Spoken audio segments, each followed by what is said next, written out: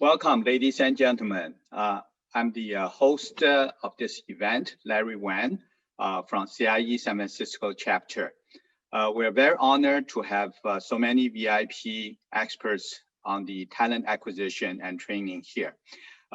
Before we start, I'd like to have Raymond Chen doing the opening remark. He's the AAEOY National Council Chair. He himself is a successful entrepreneur, and after the successful exit, is now focusing on three things. Of course, family, and also investing as well as advising startups. The third one is the social volunteering work, like right now. We appreciate his leadership of the AAEOY through the terrible pandemic challenge. Raymond? Oh, thank you, Larry. And everyone, it's my pleasure to welcome everybody to the 2021 AAEOY Talent Meetup and Career Fair. It's my great pleasure to see everybody this afternoon. Okay, AAEOY stands for Asian American Engineer of the Year. This award and the conference program is an annual event on the national program to honor the most distinguished Asian American professionals for their leadership, technical achievements, and the remarkable public services.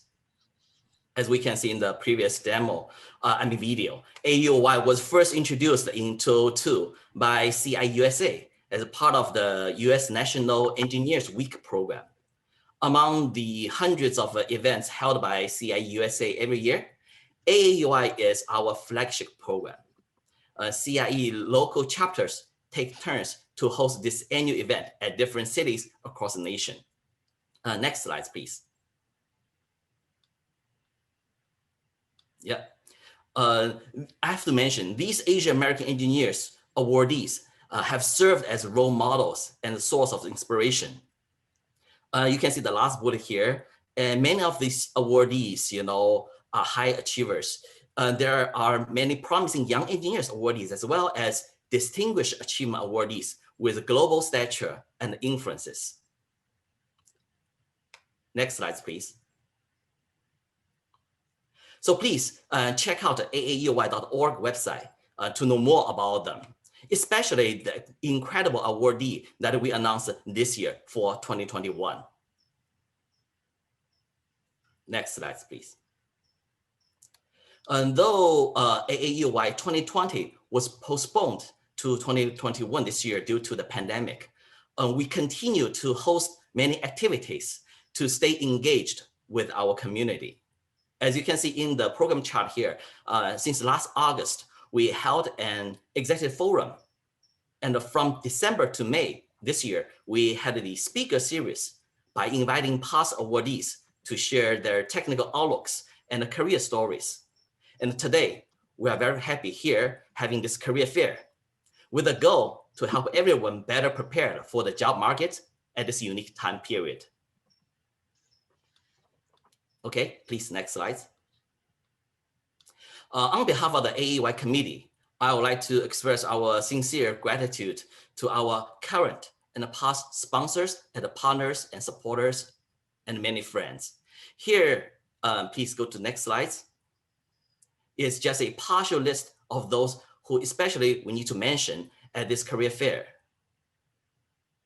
And also, many thanks to our volunteers who work hard to make each event successful. Okay, next. Now, I will give the floor to our chair of this event, Dr. Larry Wang. Larry is a board member of CIE and a successful Silicon Valley entrepreneur and executive, a mentor and advisor to many startups. So Larry, let's please start today's program. Thank you, Raymond. Ladies and gentlemen, allow me first to do a reminder. You should have received 2 repeating emails since midnight this morning with the Zoom link coming to this webinar, as well as a web link to the so-called event access webpage. On that webpage, you will see the graphic like shown here. The most important thing is that on the very left is the hyperlink to the sponsors Zoom meeting. You can just click on it, and all the sponsored Zoom meeting room would open after the introduction. In this webinar room, we will have, after the introduction, a panel and a workshop hosted by the experienced talent acquisition experts. They will share their insider story with us, how they screen the talent and how they evaluate the resumes. For us in the audience, it's our chance to interact with them directly by raising questions. And please use the Q&A instead of using the chat so that we can catch your questions and present it to the panelists timely. Also, when I start doing introduction right away, I will ask the lead recruiters from each sponsor in just 3 to 5 sentences, give us the highlight of their Zoom meeting today, so that we know we can really enjoy with that. So now let's move on. I like to do the introduction of the first company, Boeing. We all know Boeing is the #1 aerospace company in the whole world. We also appreciate its CTO, Naveed Hussain, who delivered the seminar talk of the AAEOY speaker series. All the speakers are the award winner of AAEOY before. Today, 2 representatives, lead representatives come from Boeing. They are Katie Kramer, say hi to the audience, and also Karen Rommel as the recruiter. We'll certainly talk to Katie in the panel later. So I'd like to ask Karen, can you quickly share with the audience what type of talents are you searching for today in your Zoom meeting? And in terms of like work experience or the expertise. Of course. Hello. Hi, everybody. Again, my name is Karen Rommel. I'm representing the Boeing Company from Global Talent Acquisition. Thrilled to be here at AAEOY. And we are presenting some information about Boeing in general. And then we actually do have recruiters standing by to talk about current open positions for interns, entry level, and space and launch engineering positions. So we have lots of positions that run from intern to experience, open, that people can learn about and apply during this conference. Thank you so much, Karen. The second company will be IBM. We know that IBM has really broad products and services, all based on the IBM hybrid cloud and the artificial intelligence. We also appreciate Dr. Hu did the 3rd seminar just about 3 weeks ago on the computational methods for the next generation healthcare. 2 experts on the recruiting are here. They are Mike McCoy and David Jones, both of them the executive search leads. Mike and David, do you like to wave to the audience, say hi?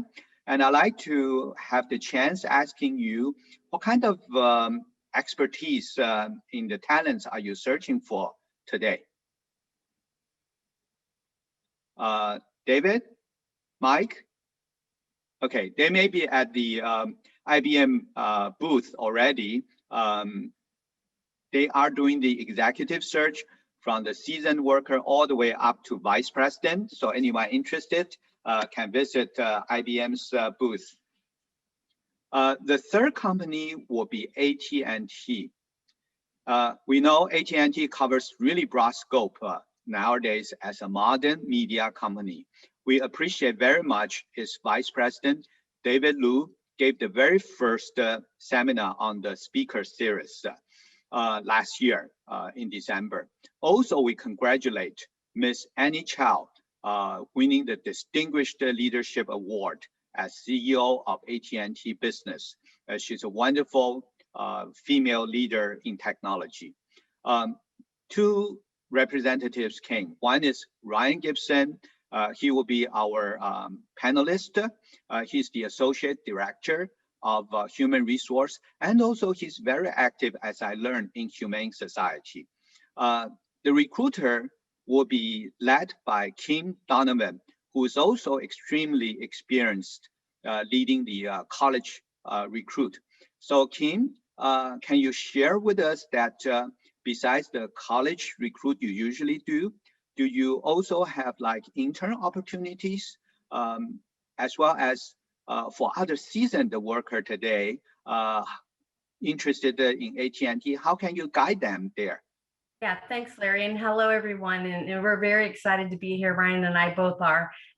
What I'm going to share today in our career booth is to help you navigate our career portal. So if you're an experienced professional, where you go and how you can search and look for various engineering opportunities, whether that's software engineering, network engineering, data analytics, data scientists, as well as our college development opportunities as well for college students, recent grads, and intern opportunities for 2022. That's wonderful. Thank you very much, Kim. Next one will be TSMC. As we know, it is number one semiconductor foundry in the world. From media recently, we all get excited wondering if it is going to bring the leading semiconductor processing technology back to the United States. And today's lead representative is Wendy Sun. I'm most impressed by her execution exactness in the last several weeks, setting everything up. So Wendy, can you share with the audience what type of talents are you searching for today? Hello, everyone. This is Wendy. I am the senior recruiter representing TSMC in North America. So we actually have different regions over here. We have office here in San Jose, Austin, San Diego, even DC, or people know that we are going to have a fab in Arizona. So we are looking for people in variety of places like physical design, SRAM design, analog, digital. We're also looking for people in RD, research development, and also we are looking for business development talents as well.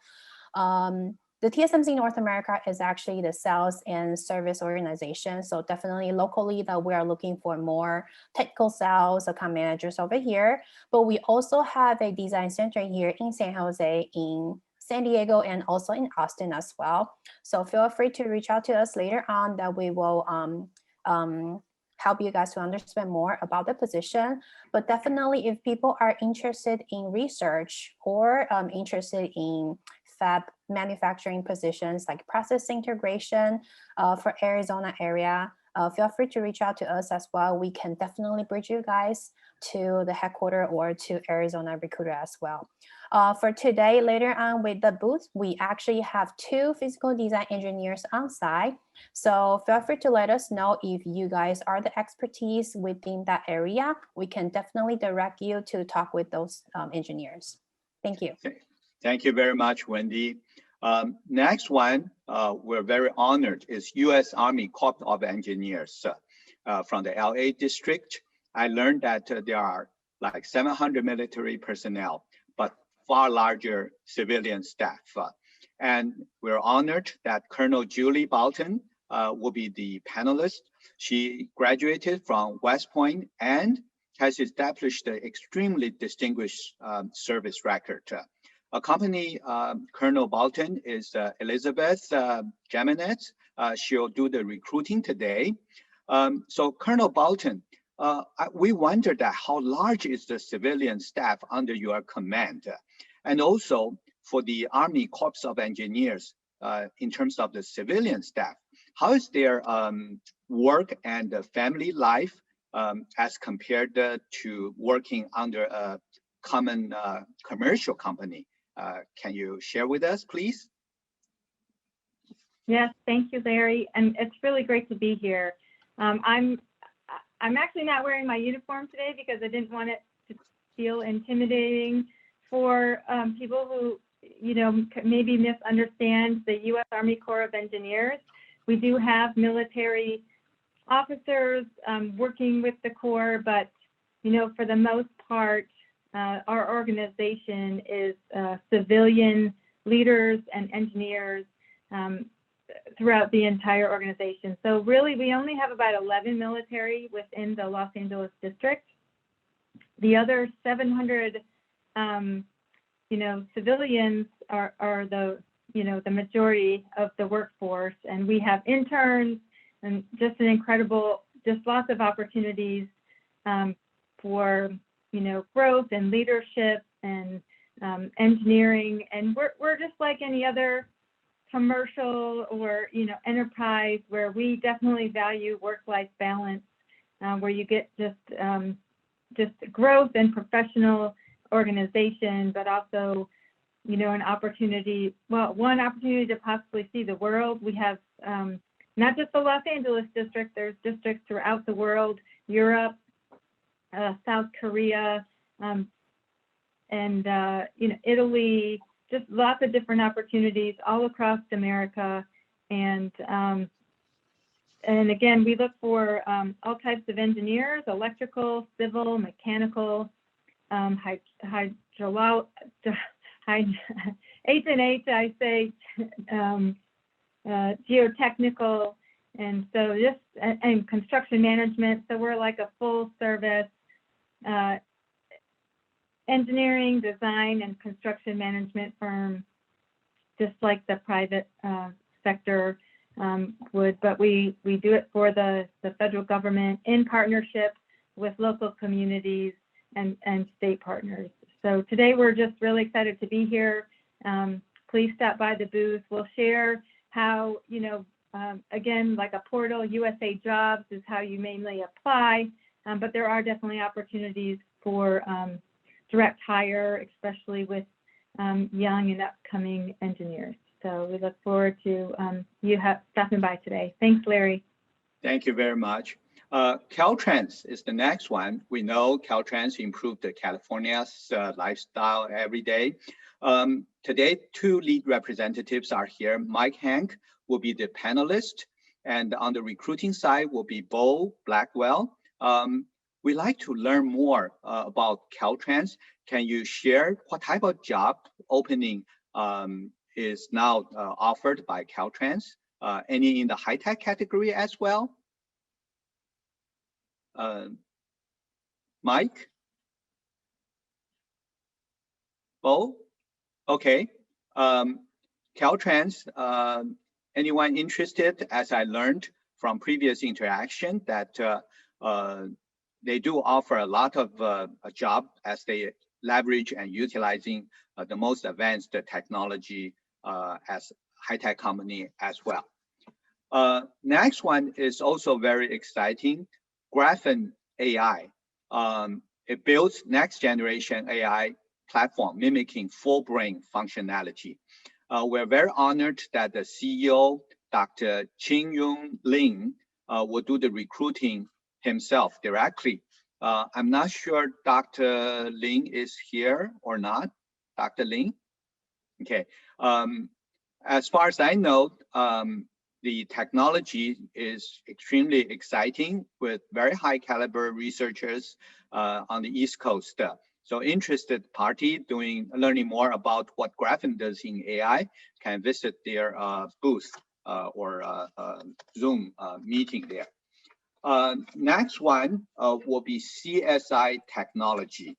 CSI technology offers superior information technology to law enforcement, judiciary, and the regulatory government agencies for over 20 years now.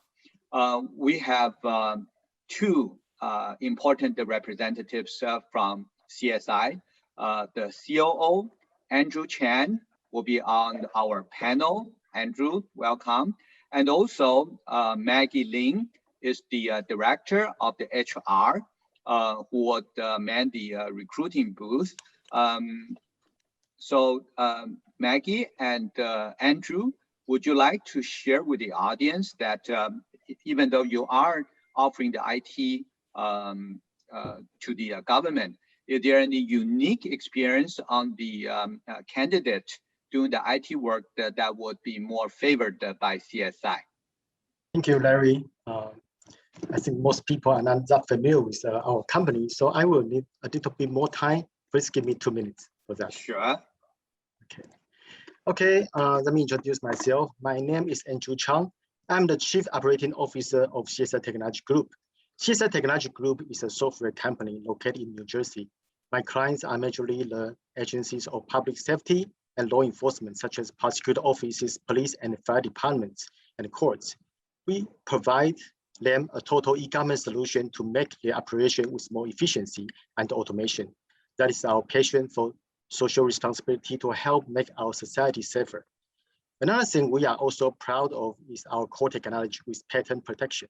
Our CEO has a vision to provide our software users a way to register their web application online for the agency and customize the application layouts and workflows without additional programming costs. The perspective to configure an application by end users without vendors' coding efforts was very forward-looking and regarded as software revolution about 20 years ago, but we started the research then and has proved its feasibility after practice of 20 years in the government application applied in the public safety and law enforcement domain. The idea became mature for market value in the past 2 years when you hear the technology term low-code development, which means creating an application without coding or with limited coding labor. This technology of low-code development is unique by different industries and is still vacant in our industry of law enforcement and public safety. The purpose we are here is looking for more software engineers to participate in this great software revolution together with data analysis, AI, and cloud application skills. If you are looking for a full-time software job in East Coast nearby New York City, later please come to our private room for my further introduction, and our HR director, Maggie Lin, will be there to introduce more job details and benefits. By the way, most important for international students, we sponsor H-1B and permanent residents. I wish to talk to you later in the private room of CSI Technology Group. Thank you for your attention. Thank you very much, Andrew. Forgive me, earlier I didn't catch Dr. Lin from Graphene. He is here. Dr. Lin, we're very honored. I just wonder, you yourself is a very distinguished technical pioneer, and you're doing the interview yourself today as well. What will be your priority when you discuss with the candidates? I'd like to get that information first for the audience who wants to talk to you. I think there are two aspects. So one is that so we are a startup company, so we welcome the entrepreneurs that you are kind of very eager to explore yourself to many responsibility and do several different type of projects worldwide. So we welcome candidates that have a very broad view and a very ambitious view. So that is what we are looking forward to. And yeah, second one is that as an advanced AI company, we are looking for experts that have knowledge, not just only AI, but have a knowledge specifically, for example, finance industry, medical industry, energy industry, and etc. So that will help you to be successful if you want to compete to win a good job. Because I actually teach in Columbia for a long time, and I'm seeing students, if you are just the same with AI, then everybody's the same. So that is actually what we are also looking for. You have a very good expertise on something. Thank you very much, Dr. Lin. Next one will be Sign Draco, and it's an international group with US subsidiary in Bellevue, Washington State. Currently, they're developing a conversion of the A321-200 passenger plane to freighter. We have two distinguished representatives from Sign Draco, Mike Stewart, who is the COO. Mike, wave and say hi to everyone. And Mike has been in the aviation for a long time. He has been the VP of Boeing for more than a decade, right? And also we have the executive VP, Stephen Lee, here today doing the recruiter. Stephen, are you here or you're in the booth? Okay.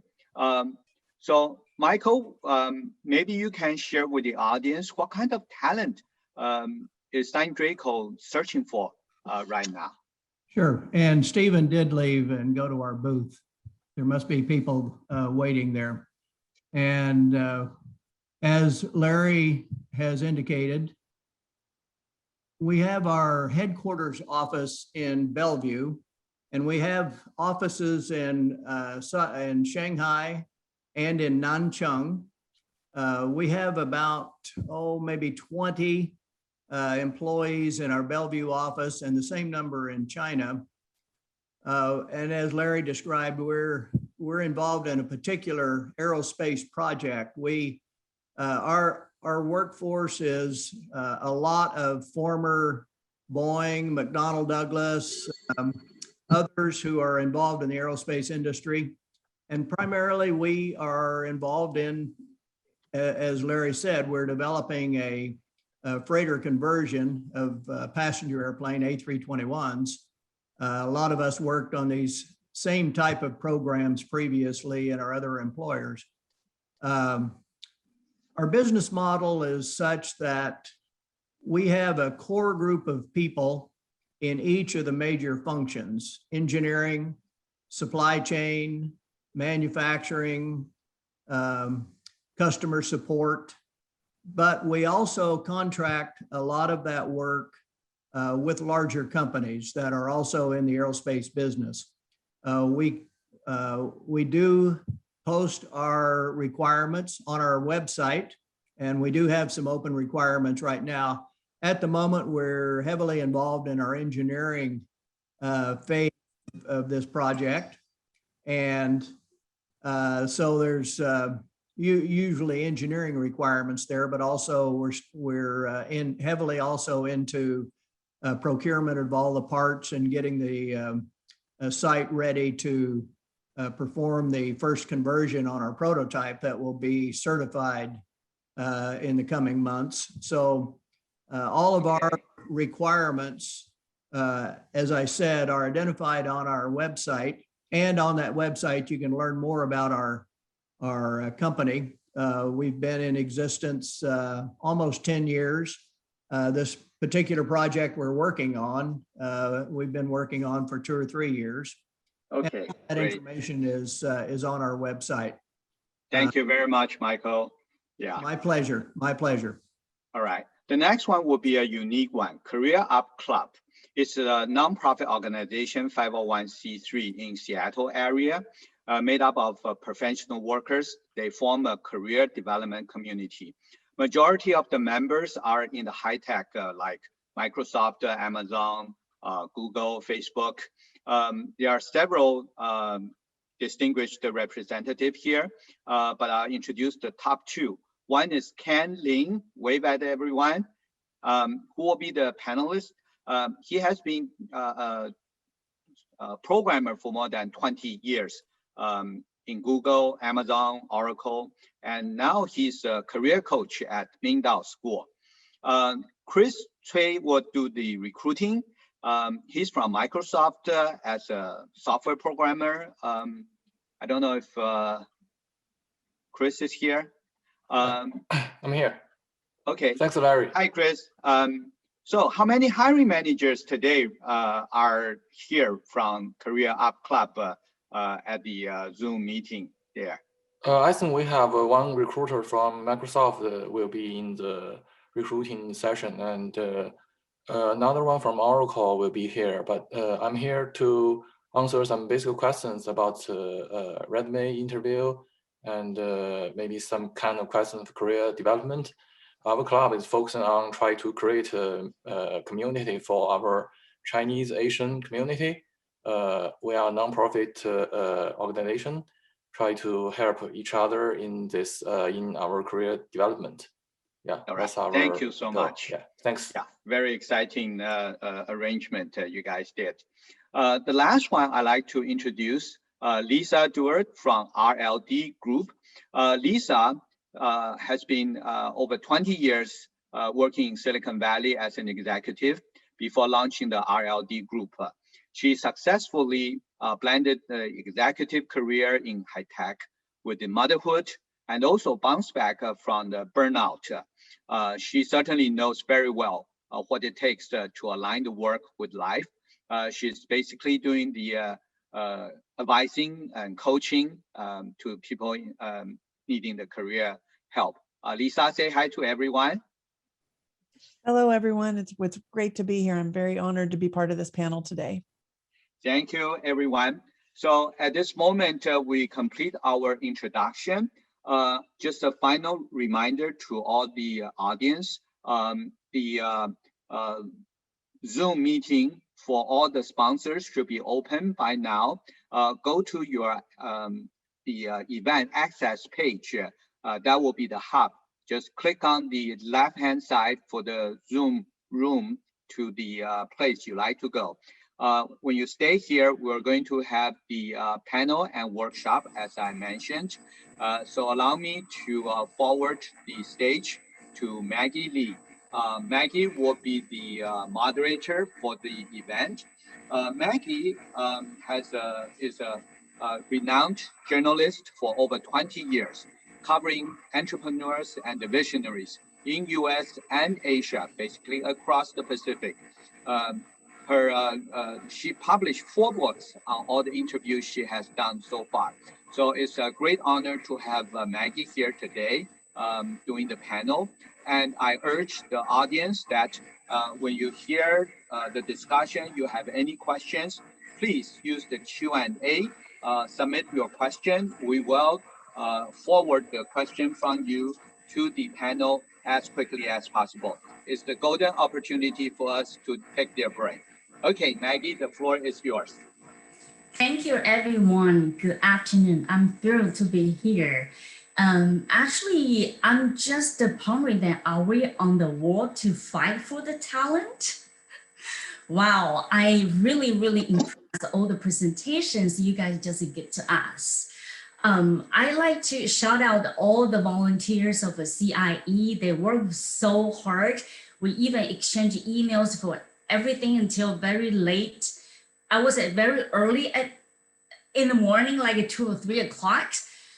Let's give them a round of applause. Thank you, volunteers. Yeah, amazing job. Yeah, and for the next 45 minutes, I would say, I welcome all the participants, the audience. Please relax, but listen carefully. Probably this is just life-changing conversation you're gonna to get, okay?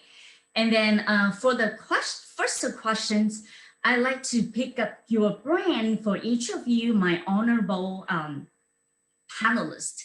We all understand that we have very difficulty for the past, I would say more than 1 year, okay? And then everything kind of changed, including job interview, format, everything. So can you give us a tip that how the candidates do a good online interview and online applications? Who want to go first? I'll say, Lisa, do you want to go first? Give me 1 minute. Thank you. Yeah, sure. So Maggie, I want to make sure the question is how to be your best online because you're not interviewing in person, correct? Of course. Yeah. I actually spend a lot of time on this with my clients, and what I'm really fascinated by, and there's some really small wins. The first is lighting, right? If you want to present yourself the best, you really need to have lighting. And if you don't have a light, you can sit near a window, but make sure that the lighting is coming in so that the interviewer can actually read your body language, read your face, and see into your eyes. Yeah, that's a really great tip. Yeah. Nice. The second is sound. Lighting and sound are very important when you're trying to present yourself and make sure that you can, connect with the person on the other side. Mm-hmm. And that shows that you care, right? It shows you care. Yeah, that you took the time to do it. I have glasses, so for anyone who wears glasses, the ring lights can be very distracting. So you can get a different kind of light as well. But any way that you can feel comfortable and project confidence, if they can't see or hear you, you've lost that whole point. So I think that's really important. Yeah, Lisa, you have a good voice and a good background. Well, thank you. Thank you. Yeah, and Ryan, you want to chip in? Absolutely. Yeah, one of the things is we've actually used video even pre-COVID, right? And so when we were out on campus or we were just any type of an event, one of the things that we would do is prepare students specifically for that in a video type environment, you want to make sure at least it's spot on, right? Lighting is important, background, right? It's you want to make sure that if you're in a scenario where you've got a roommate or you've got any kind of activity, that you let them know, hey, I'm be doing an interview, need quiet space. If you can't get that at home, find another place to do it. And I would say not the student union. I would also recommend doing a test run with somebody that you trust, that will give you good feedback. You want to test the technology, you want to test the audio, because if there's one thing that's going to go wonky, it will be technology. But to give yourself the best chance of success, do a dry run with somebody that will give you the good feedback. So then that way, come game day, you're on it. Great. Because we right now we cannot like shake hands, right? So how to create the warming greeting, right?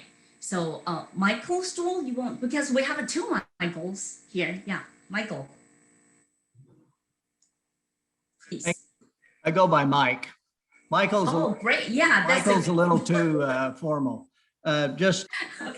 I'd like to add one thing from what Ryan said, because we've been doing all of our hiring and interviewing on, I'm not going to do an advertisement for Microsoft Teams, but that's the system that we use.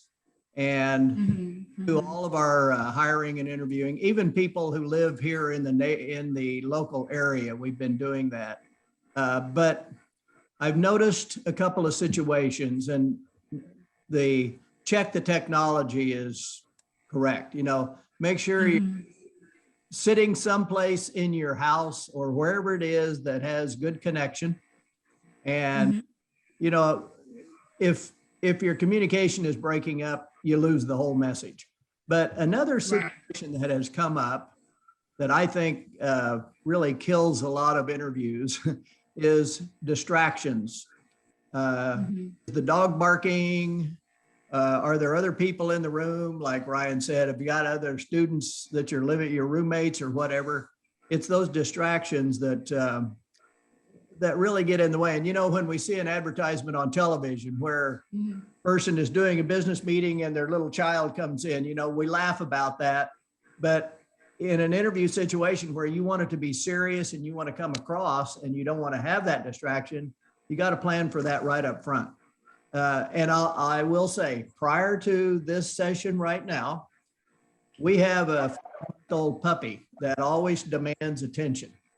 So if you got an animal in the house, you know, you got to find a way to keep them corralled. That's, you know, it's all just common sense. You know, what you were in an office being interviewed, you know, what are the things you're paying attention to? And that's what you have to do at home also, online.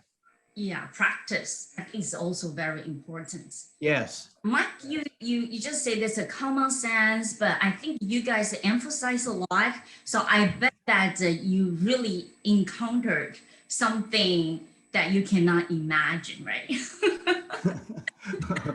Well, my dog barking is the one that I have to imagine it happening and try to get someplace in the house with enough doors between me and the dog that whoever's on the other end doesn't hear the dog barking. Yeah. Thank you. So Andrew, you want to share some of your experience from the online interview with the candidate? Yes. Okay. I believe the internet job application will still be ongoing after pandemic. The internet job, the internet job like today is also a good option.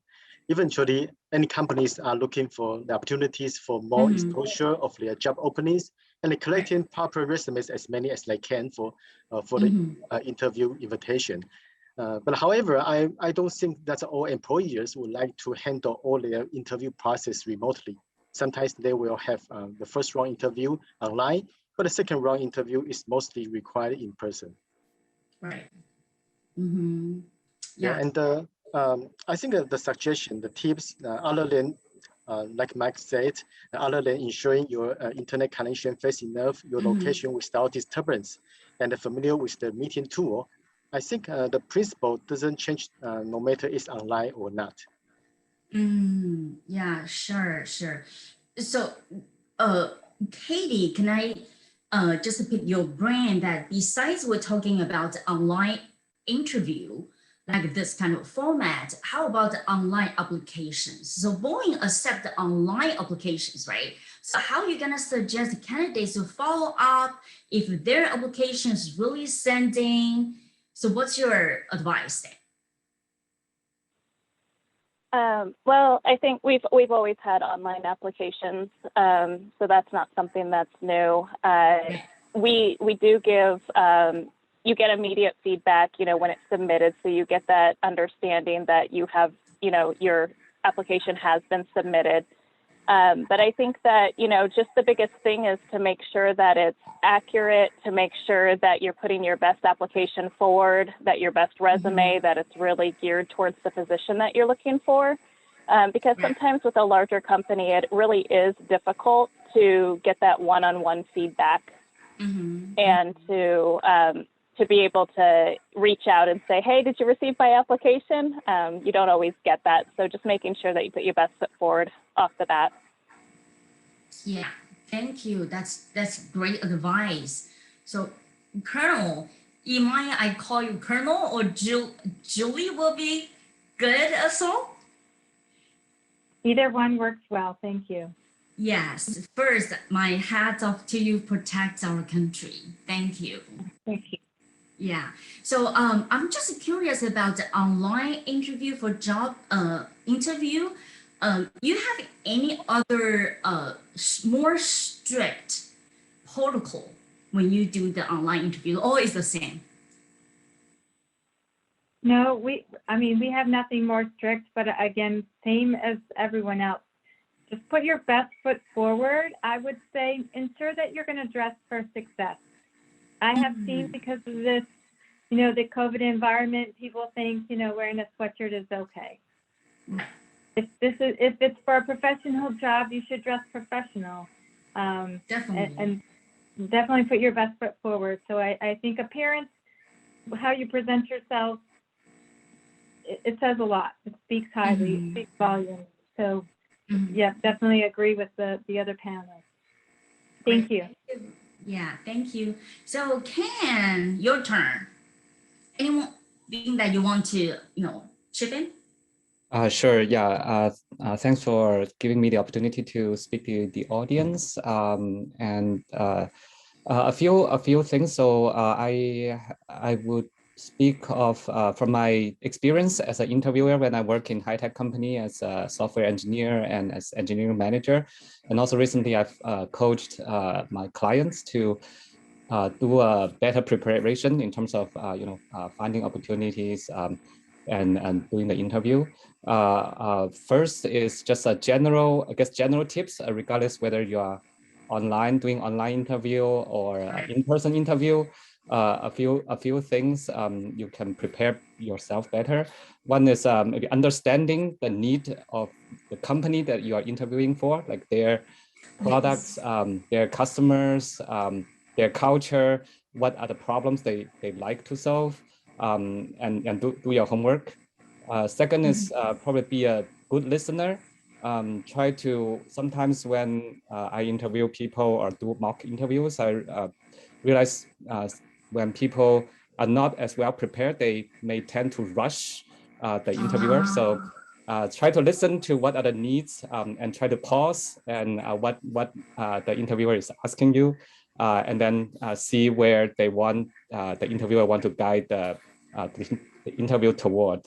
And also think out loud if you get stuck, or not just get stuck, but you're forming your ideas. Don't be silent and just think for 5 minutes and then come back. But just talk through your thinking process. Make sure people can follow. And then some specific tips for just online interview, particularly because I was in software industry. So people try to do some, sometimes give you design interviews. And when you are in person, then usually you can use a whiteboard and draw on the whiteboard. But it's much harder for software interviews to be done online. So people try to use different type of tools. Some companies or can tell you just to buy a whiteboard and then you just draw on the whiteboard behind you. And if you have like your favorite design tool as an engineer to have some design drawings, you can just use your tool. Make sure that you are familiar, like you can draw at reasonable speed and not to struggle. So try to practice those tools ahead of time. Yeah, I have seen, during mock interviews, people try to draw too many lines on it, and then they try to clean up their drawing, and that wastes a bunch of time. So just make sure that you are familiar with the tools that you're using when you do the design interviews. Great. Those are great suggestions. Thank you. The last not the least, Michael, we have another mic here. Yeah, from Caltrans. Yes, I'm sorry for the mix-up. We got directed back to our private room, but I'm glad to be able to join you guys. So you have more time to talk now. My apology, Well, Mike. No, there's no apology. This is the new norm, right? So this is probably a good takeaway for the people participating, that I think people do give a little more grace now with this pandemic, that technical snafus happen, and yet as much as you might prepare, some things just happen, and how you manage that speaks well about how you're going to perform in the workplace, right? So I wanted to touch on just a couple of things about interview stuff. I did have one applicant actually produced a video that they played in the interview, which was a real risky move. I thought it wasn't the best, and so I don't think it really helped them, but I think it's something to consider, that Zoom type interviews do allow maybe some new possibilities that were not possible in person. And if that works to your advantage for what you're trying to accomplish in your career, maybe you try to leverage that and really show who you are and what you bring that's unique. And to that point, this is your moment to shine. Zoom interviews have opened the door to me interviewing people from around the world. And so make the most of this moment, because many more applicants will probably get through the process now with online interviews than in person. And so really seize that moment. I think in the interview too, if somebody's asking you questions, they're probably trying to tell you something. So adapt and try to re-engage. Maybe they're trying to tell you you're off base, or they're looking for some more information. So take those cues back from your panel members. But Caltrans is a leader international in the transportation system management and engineering. And so we have lots of opportunities for people to come here as student interns all the way through employment. So definitely, however I can help your audience see how Caltrans could be a fit for taking them to where they want to be in their career, even if it's a stepping stone, I'm more than happy to help. Thank you. Thanks for all the sharing. But actually for today, we attract a lot of young talent who just get out from the campus and very excited to find their job. And I really appreciate, today we have AT&T and Boeing particularly bring a lot of entry-level positions for this young talent. So my next question will be to Ryan and Katie. You want to give those young talent tips, how they're gonna set a goal to their so-called first official job, and the GPA really matters, and the prestigious schools really, catch your eyes. You will pay more attention on those schools. Those are some myths. Yeah, we want to know. So, Katie, you want to go first? Ladies first. Sure, thanks. As I'm working through technical difficulties here. So yeah, we are, I think that it depends on the position. One of the things that we're currently just starting is where we're not necessarily looking for degrees for roles that we previously did. So we really want to ensure that we're opening it to a diverse background of individuals. So not every role is going to require degrees. But there are definitely some schools that we look at a little bit more closely because we've had really good relationships with them, and the curriculum and that they have is always going to be something that is very closely mirrored to the type of work that we do.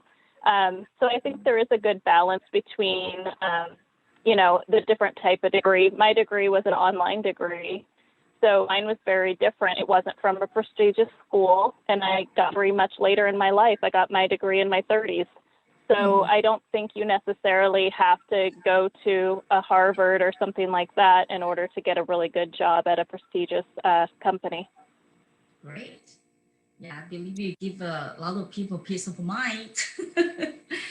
So Ryan, please. Absolutely. And I echo what Katie was saying. One of the things that, in our, specifically our STEM programs, in the past, we were looking for individuals with a 4-year degree, or some of our opportunities were at the master's level. But one of the things we realized is we were looking for skill versus school. And in some cases, students didn't necessarily have to have the actual degree to have the skill, right? They could have gone and did a nano degree. They could have, I've interviewed so many students that just blew me away, that learned a lot of skills on their own through hackathons, right? And it's, so we're looking for individuals that have that passion, because if you've got a passion for development or a passion for engineering, it becomes easy. And so as such, what we look for are individuals that not only will showcase what they have, but then also exhibit the passion. And as Katie had stated, it's like there are certain schools that we will look at, and a lot of that is because of where we're geographically placed within the United States, right? So we have area within New Jersey. Well, a lot of individuals, there's only certain schools that we found where individuals really want to stay in New Jersey. And so we really have to zero in our time and our focus, right, for individuals for that particular location. The same with Atlanta, or the same with other locations that we may have. So there's a lot that goes into our college programs. And then just quickly, I'll say part of my team's responsibility is, because I'm, pre-COVID, and hopefully now, quickly coming up with vaccinations and everything, we'll be back out on campus, is we do a lot of work with schools on how to prepare students and how to get ready for the job, coming in from an internship, or once they're graduating, coming in. But we also work with organizations like Girls Who Code and all the other different organizations out there. So again, it becomes now a mix. We really like the skill pivoters too. Right? Individuals that may have had a particular career and now find themselves shifting, because they bring a whole different perspective. Right. Yeah, that's great. Passion is number one. Oh my gosh. If you don't have that, move on. It's specifically in technology, you've got to have that fire and that passion. Great. So that's Maggie, yes, may I inject a question from the audience? It's somehow related. I don't see a better place. Make it really quick. This question is that they've been advised to cater the best resume to the position, and being advised just copy paste directly from the job description so that the buzzwords can be found. But of course, the audience said that didn't have much luck there.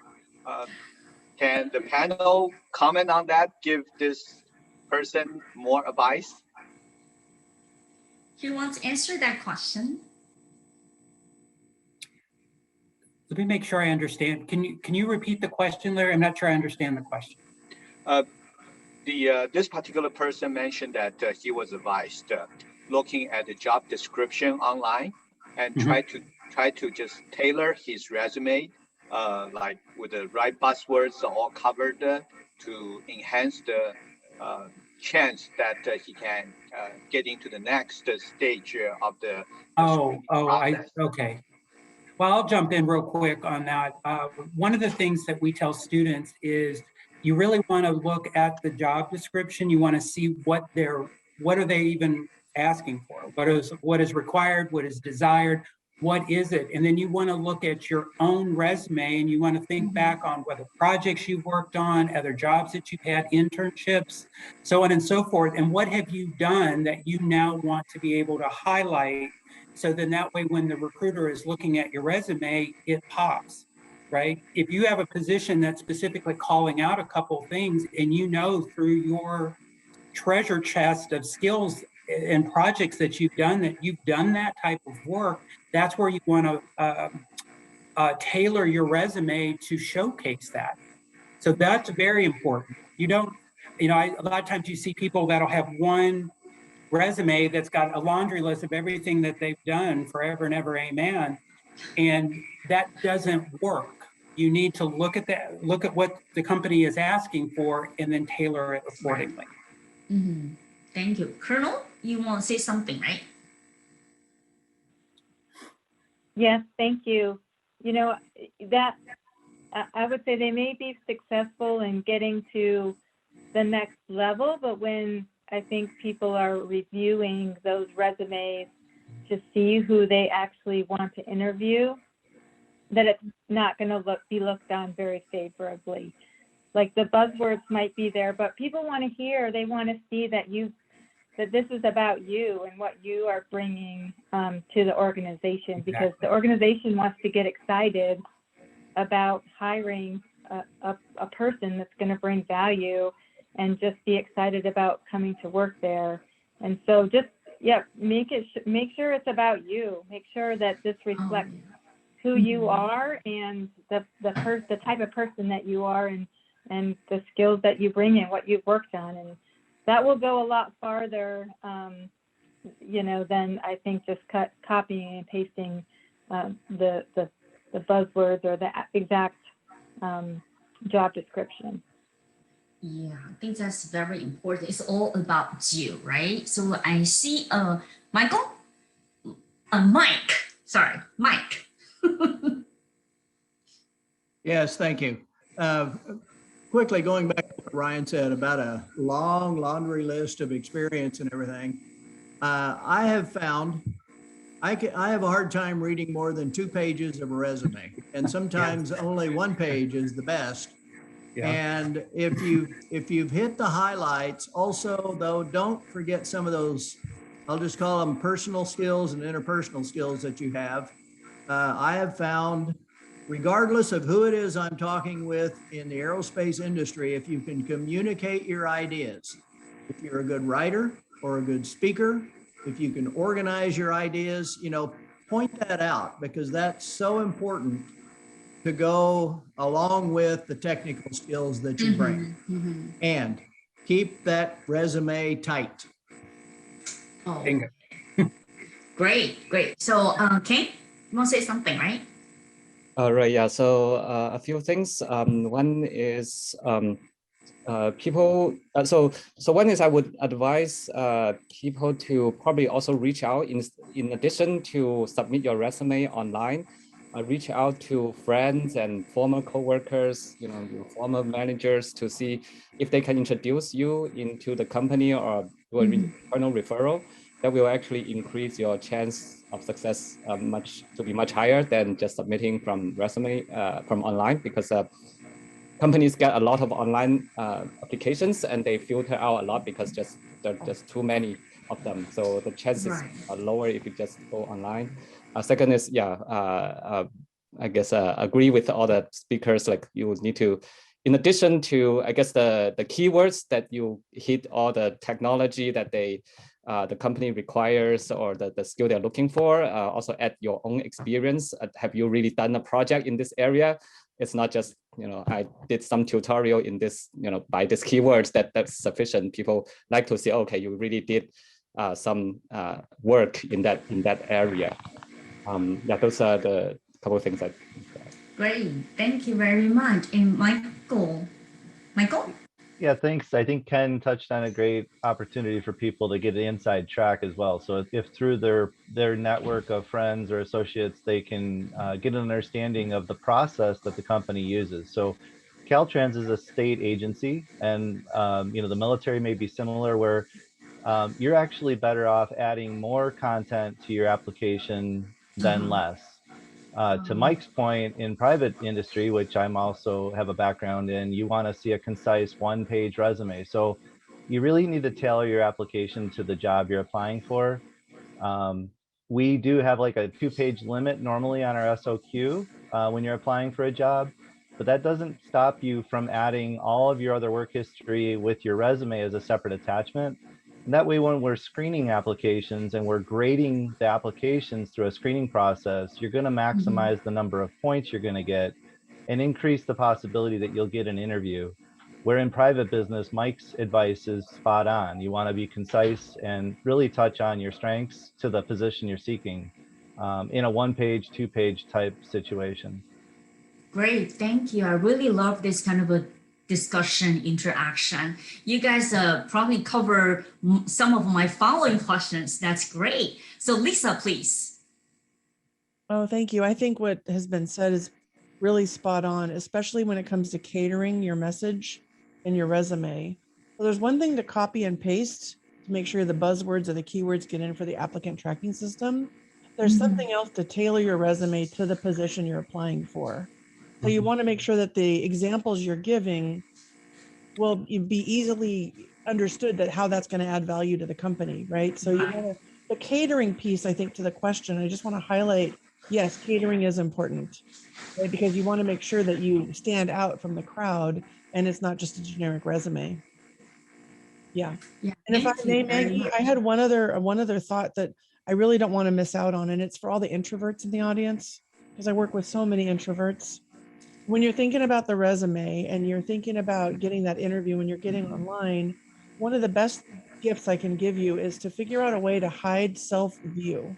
So in Zoom, it's like 3 little dots on the top and you can not look at yourself while you're interviewing. That takes so much pressure off, especially for the introvert who's trying to process and get all the thoughts right and then staring at yourself. I mean, another tip to just set yourself up for success. I don't know about Microsoft Teams. I think it's possible.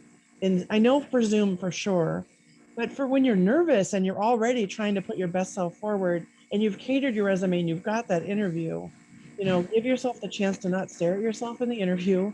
And and the other one, that's a good point. Such a good you point. Always look at yourself, right? All the time. So then you're not even making connection with the person who's giving you their time. And then I know for the interviewees too that are introverted, and I worked in, you know, high tech my entire life, software specifically, and you do get those tough questions where you need a minute to think. And introverts sometimes feel like, oh my gosh, I have to have the answer right away. I mean, the panel can comment on this, but for me, I'd much rather you say, I'd like to take a moment to give you my best answer. Right? Even jot down a note or something, then just try and be that quick. Because what you're doing is real life, sometimes you need time to think. So to be composed in that space and articulate you need, that can be a tremendous value add in your interview as well. It'll take forever, but take a couple minutes, you know, take a minute. Yeah, we all have to get used to all of the gadgets and everything, every kind of. Yeah, it can be intimidating and overwhelming. So you get to. And also think about like the cover letters. Yeah, if you do the cover letters, copy and paste, don't forget to change the company names. Oh my gosh. Okay, let's switch a little bit to the public sector.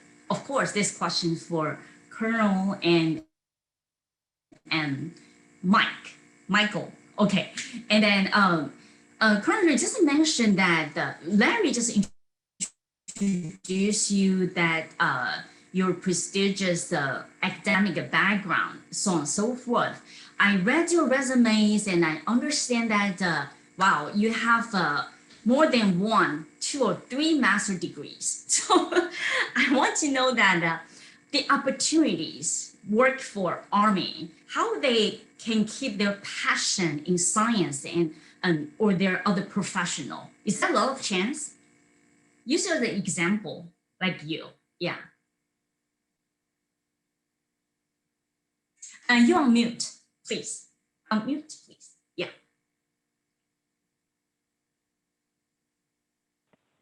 Yes. Yes.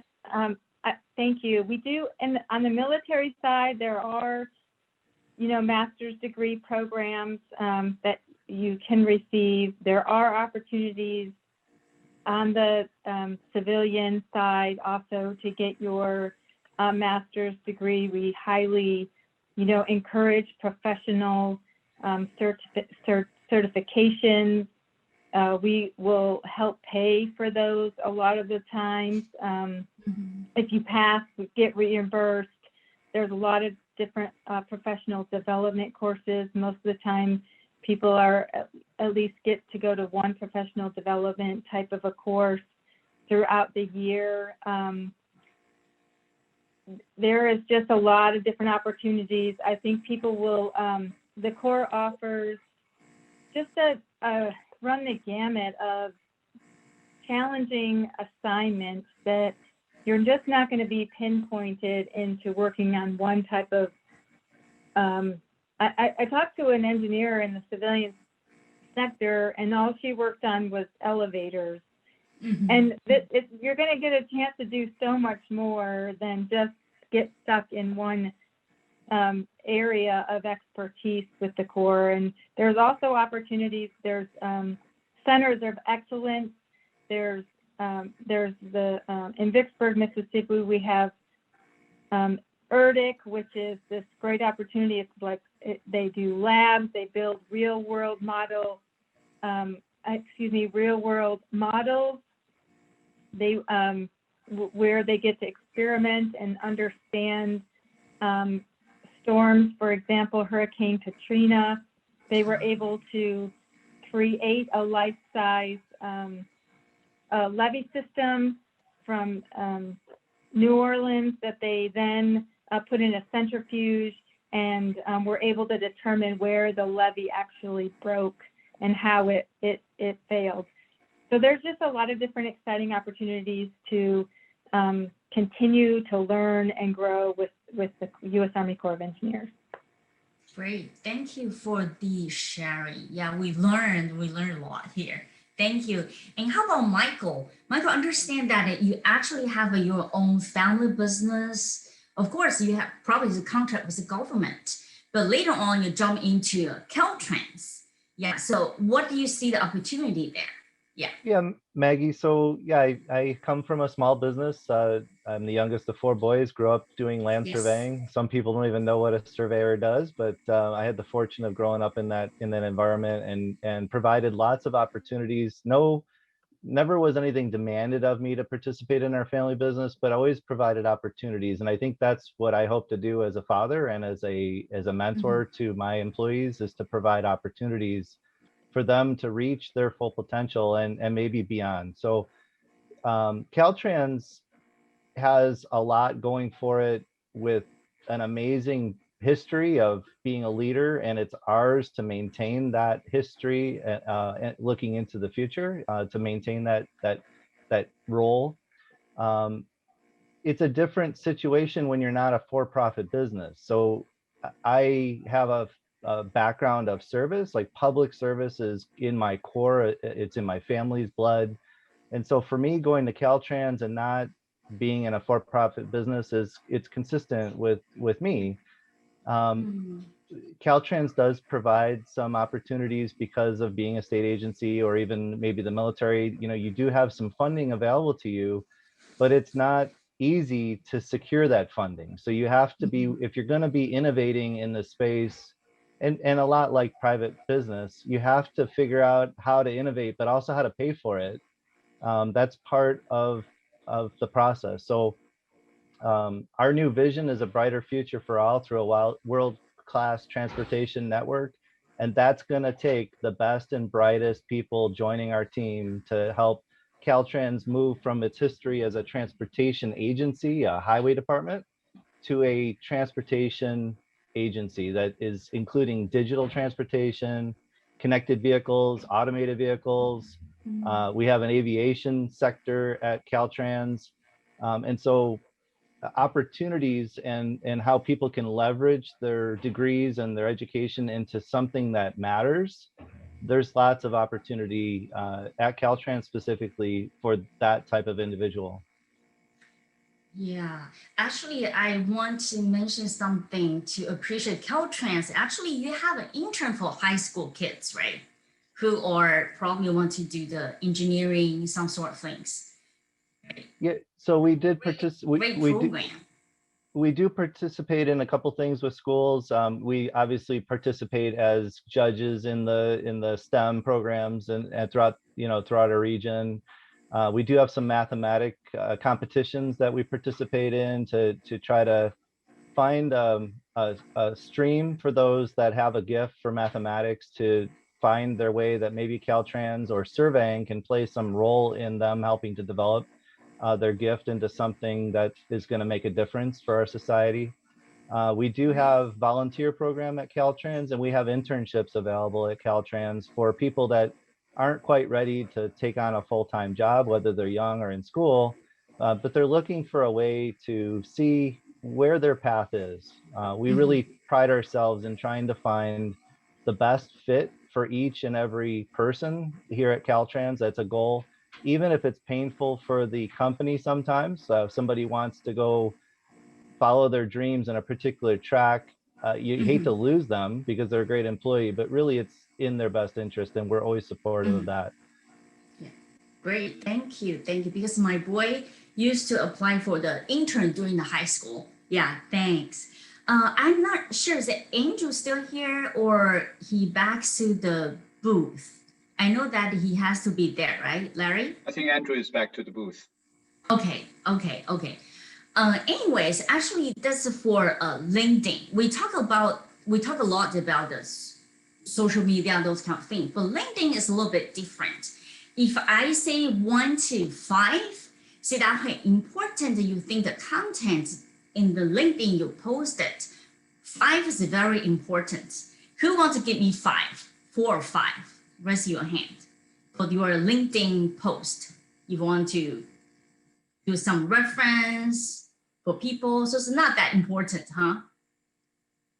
Okay, so Mike say that is important. Lisa says important. So who says not that important? 2 or 3? 2 or 3? Well, we do use the LinkedIn system. Okay. And the way we use it, more than looking for specifics, we ask a applicant, are you on LinkedIn? And we can go and quickly learn about that person before we conduct the interview. It's been very helpful. We've had success almost doing blind searches for talent that we need. And of course, as a small company, we're looking to hire people locally rather than going all over the world, although we do hire a lot from other places. And, you can learn a lot about that person before you ever really interview them. Where are they from? What's their background? And so LinkedIn to me is just one element of that total picture you're trying to get of the applicant. And so we like to see, and if we're looking for a specific skill, we may not have an applicant in mind, but we'll key in that skill we're looking for and then get a list of potential applicants and then take it. So it's, we don't depend solely upon it, but it is one good piece of the entire picture of recruiting. I see. So, and then Maggie, if yes, I may add, of course. yeah, if I may add to what Michael was saying, LinkedIn Recruiter is actually a tool that, especially during COVID, right, where we couldn't physically be out with people, that a lot of companies had to now go down to the virtual tool, right? There's all different types of tools out there where we can go and actively search. So LinkedIn becomes very important, right, for that aspect, specifically like around some of our business programs, our sales programs, but then also some within STEM as well. LinkedIn is important to me because it does provide a good snapshot, but the biggest piece of advice that I give students is that, definitely use LinkedIn. LinkedIn is not a Twitter. It's not a Facebook. You want to make sure that what your content is relevant and for business. And then I would also say, if you start it, you want to keep up with it. You don't want it to just grow stagnant. As you learn new skills, as you do different things, you want to make sure that you keep it up to date. Wow, that's a very great advice.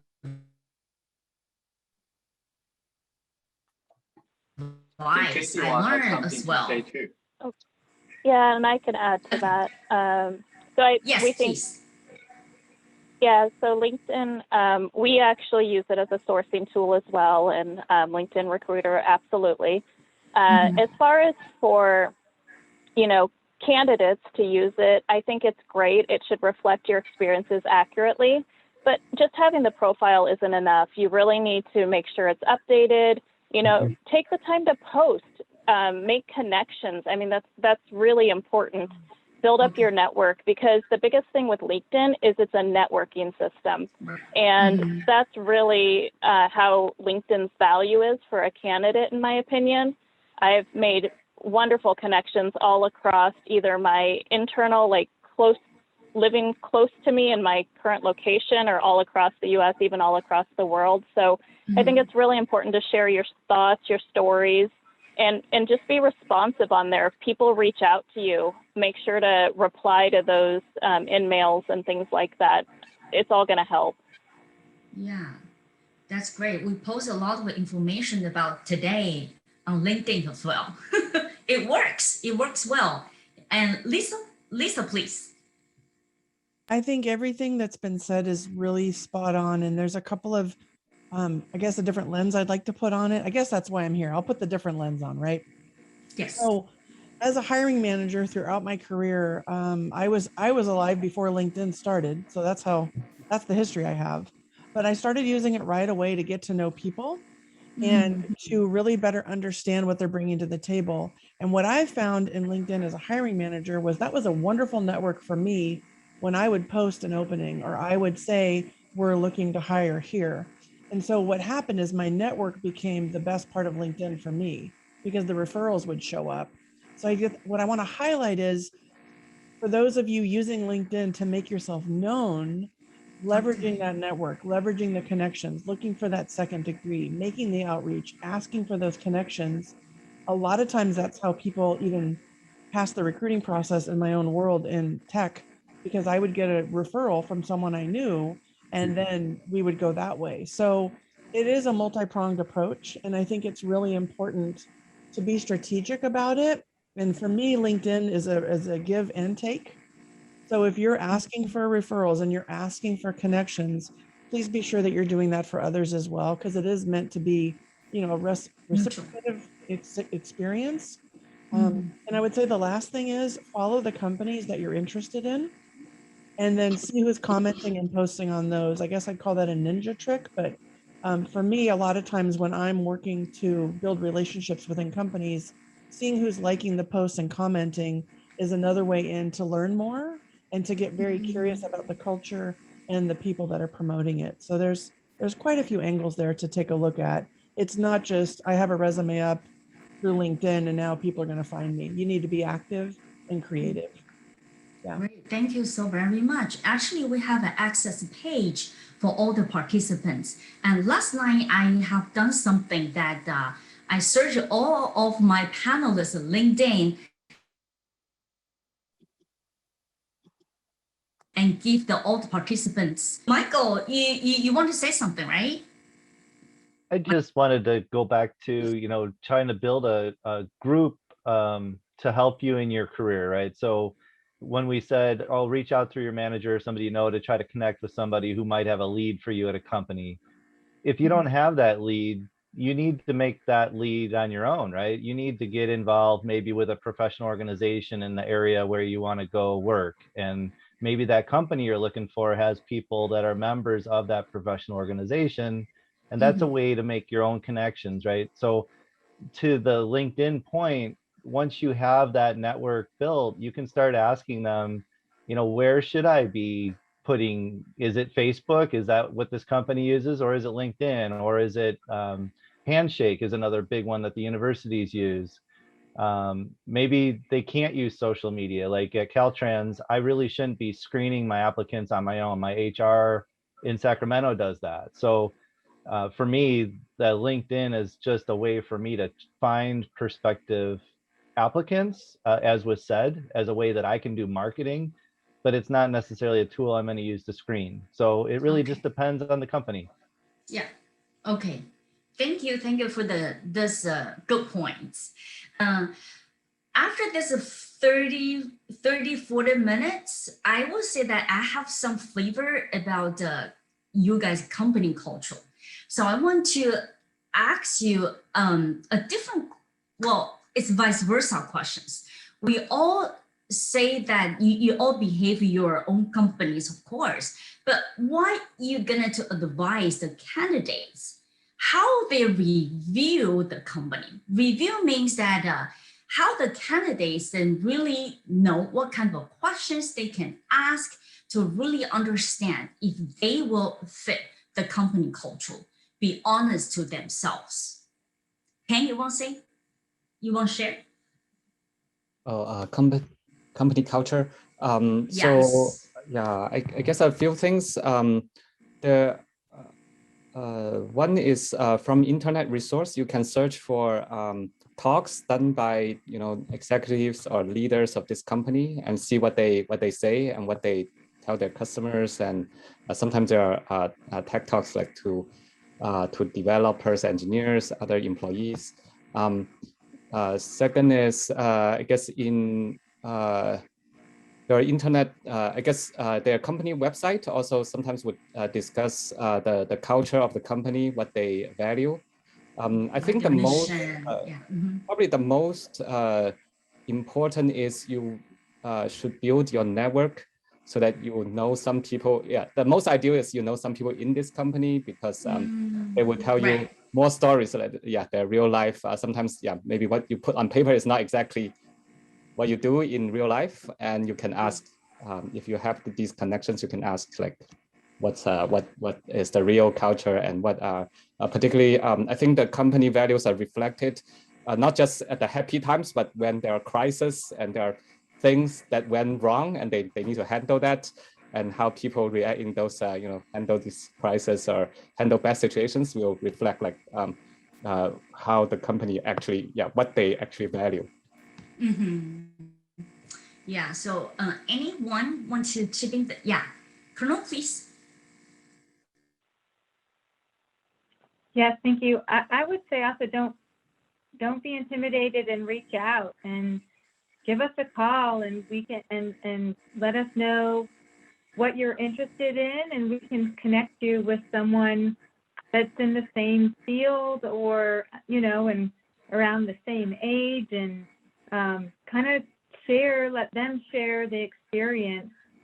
I feel like that's just such a great opportunity to try and share a culture at different levels, because what I can tell you, from my perspective, what I think we are, but I'm not sure that I want the person when he comes, that he or she is going to come in every day is going to feel that from the team that they work with. So don't be afraid to reach out. We'll connect you with someone who can give you some answers in that respect.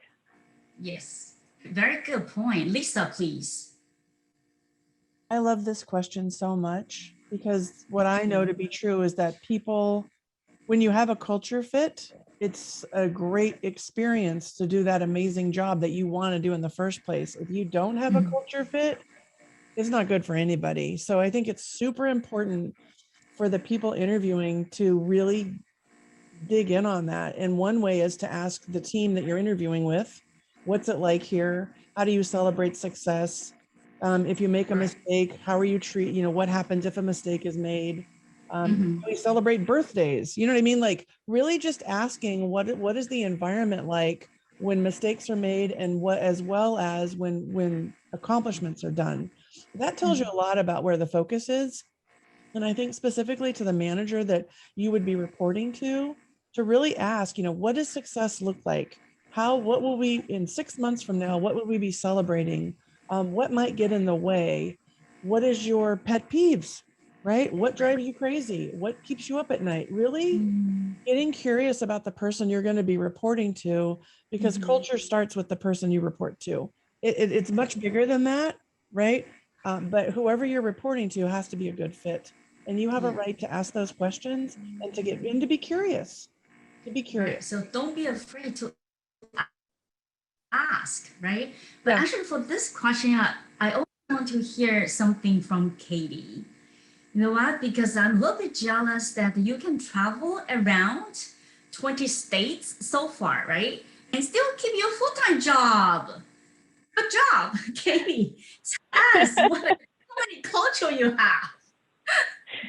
Yeah, I do. I am very blessed and have a great culture with Boeing. It's a wonderful company to work for. And I echo everything that Lisa just said. I mean, I did ask those types of questions. It was really important to me. I sold everything that I owned in August of 2020 and I hit the road, and I've lived in 20 states in the last 6 months. And I keep a full-time job. And, you know, my boss, his favorite question every time he reaches out is, where in the world is Katie Kramer? And that's just what he asks. And we have that relationship because work-life balance is extremely important. And he knows that by allowing me to do what I want to do as far as be nomadic in my personal life, he knows that I'm going to put everything I have into my work life. And so just having that balance is great. And I've worked for 6 different jobs at the last 5 years within Boeing. And this one has been by far the best cultural fit for me. And they've all been good for different reasons, but I think just having the courage to ask those types of questions, because I had to ask, you know, can I travel? And that was something that, you know, most places would probably be like, I'm not sure, but yeah, it's been great. Yeah, but I would say that you earned their trust for sure. Yes. Okay. Absolutely. Yeah. So actually we're running out of the time. Oh my gosh. So can my honorable guests here, panelists here, give me 30 seconds maybe to wrap up anything that you want to give the participants, the candidates, take home words. I'll start with Ryan, please. So the best advice that I could give everybody out there is trust yourself, be confident, you've got this, right? It's all about doing your research, making sure that you go in prepared. Knowledge is power, right? We live in an age where you can check anything, right? So go in prepared, because information and a good understanding helps build that confidence. And don't be afraid. I just love what we talked about. Ask the good questions. You know, when you're interviewing, remember you're interviewing them as much as they're interviewing you. So I'll end it with that. Thank you very much. And Mike, please.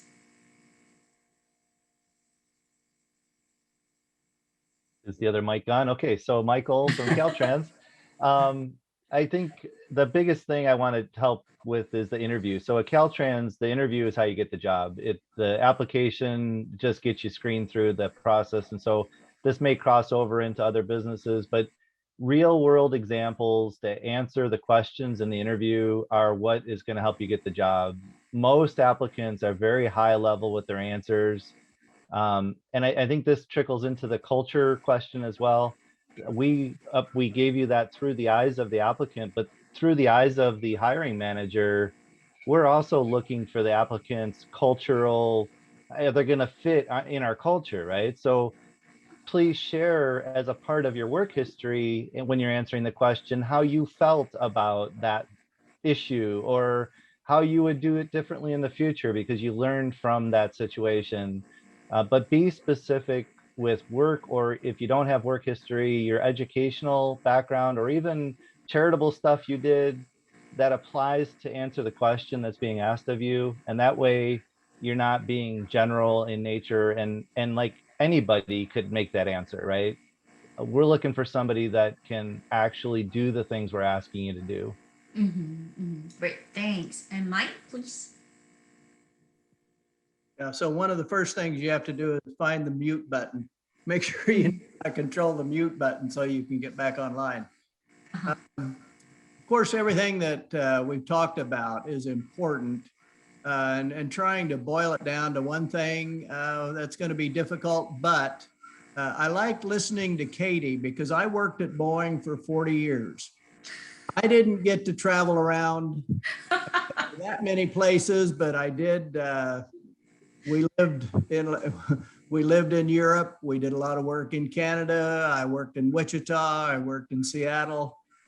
Most big companies offer that opportunity. And I know once I was in a position where I recognized the value of being able to live and work with other people in other locations, other cultures. I started, when I would look at whether or not a person would fit into a Boeing culture or any culture, is their willingness to accept other kinds of requirements that they've moved into, or willingness to learn other things, willingness to move to other jobs, and I guess more than a willingness, it's almost they want to get in there and learn more about something else and go and do something else. I always said, and this is for the benefit of Katie, really, I always said at Boeing, you can find any kind of job that interests you because they're all over the world, no matter what you want. And most big companies are that way. And if you can show a willingness and an interest, it just shows that you're going to fit in anywhere in that company. Thank you very much. Just don't be too focused. Thank you. And Lisa, please. Oh, I'm such a verbose person. 30 seconds of my tips and advice. Okay, here's one that I think would resonate. So for those of you out there that see that ideal job and then you read the description and you think, oh, I don't have it all, I'm not going to apply anyway. Have put someone in the shoes next to you who sees how awesome you are and says, oh my gosh, you have everything except one little thing, right? Like, I'm not saying if you don't have the degree they're requiring or you don't have, the years of experience, but if you're close and you're excited about that job and you know that that's something that you're going to light up in, I guarantee you'll show up better in the interview than someone who takes that for granted because you're passionate about it. So if you see it and you don't have everything, apply anyway, but customize your resume to show how you'll close that gap. I'm a quick learner, or I have this experience. Don't sell yourself short. You got, this is your time. Go do that and apply anyway. Yeah, thank you. And Colonel, 30 seconds. Thank you. Oh gosh, 30 seconds. I just wanted to answer one question real quick too before. Our interview process can be a little rigid.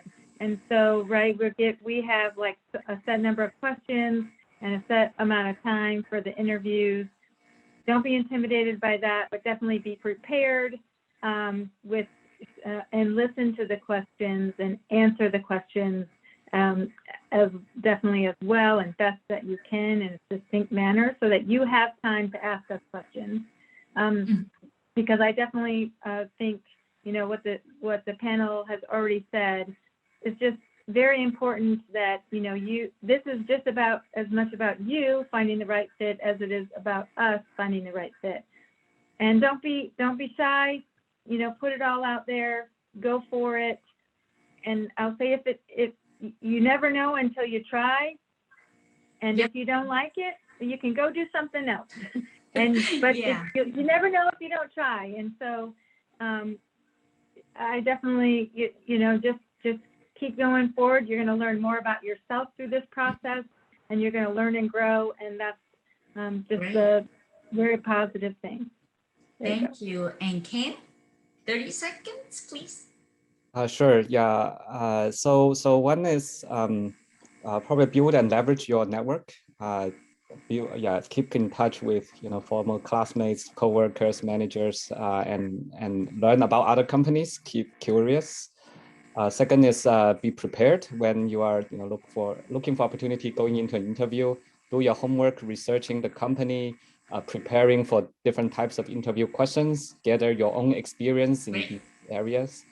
And then finally, it's like a interview is like a two-way street. So I guess you should ask questions and find out the culture and about the team and find an environment you love because you will be in the company for multiple years and you want to find an enjoyable environment to work in. Thank you.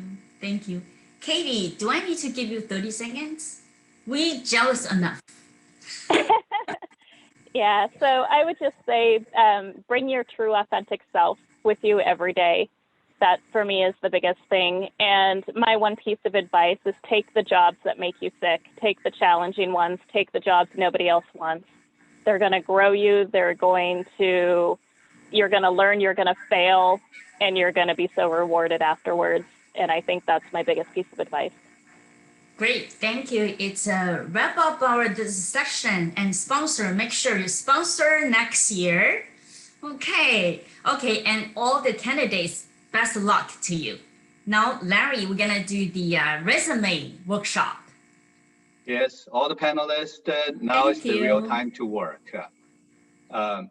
We have several resumes, and to my surprise, even though the resumes are all anonymous, at least I also make sure the information on the privacy side is not revealed. But I certainly like to have everyone going through that together, giving the comment and critique as quickly as possible. I also got the message that quite a few of the those who submitted their anonymous resumes really wait for the critique and the feedback from the panelists. So let's go. I will share the screen. We will read the resume together and give the critique as soon as you see something, you have anything in mind, just speak up. So here goes with the very first resume. I will show it in the full screen. At least my eyesight prefer to do larger wording. So anyone reading down, this is a one-page resume. We read through to the bottom. Tell me, I'll flip it to the second half of the page. And if you have any comment, speak out right away.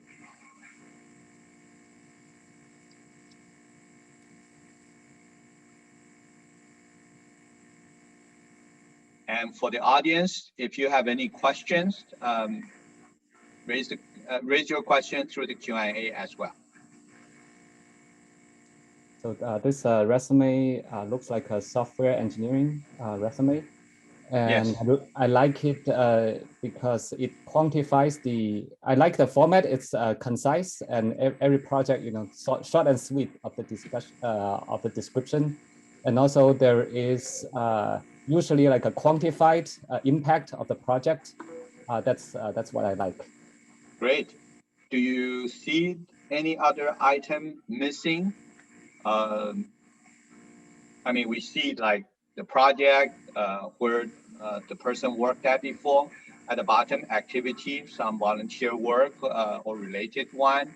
Or even I noticed there's the name, the phone number, GitHub, Gmail, linking. Anything else should be included? Yeah, I think the general information are all good. Probably within the project, if there's any leadership experience or working with a team, that will be worth mentioning. Wonderful. From other panels, any other comment on this one? So we all think they're good? It's okay. It's good. Yeah. Okay.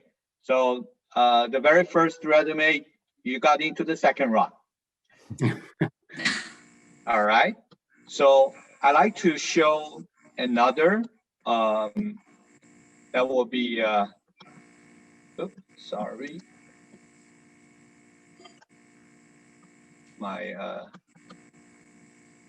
So I will show another that has similarity to the first one.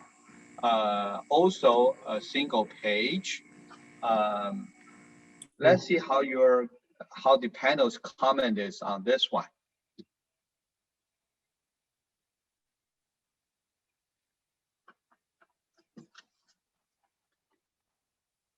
So I like, because I always like, because typically, you're looking for stuff really quick, specifically on the technology side. So I do like, kind of who it is, their education. I like the fact that the skills are up front because that helps me.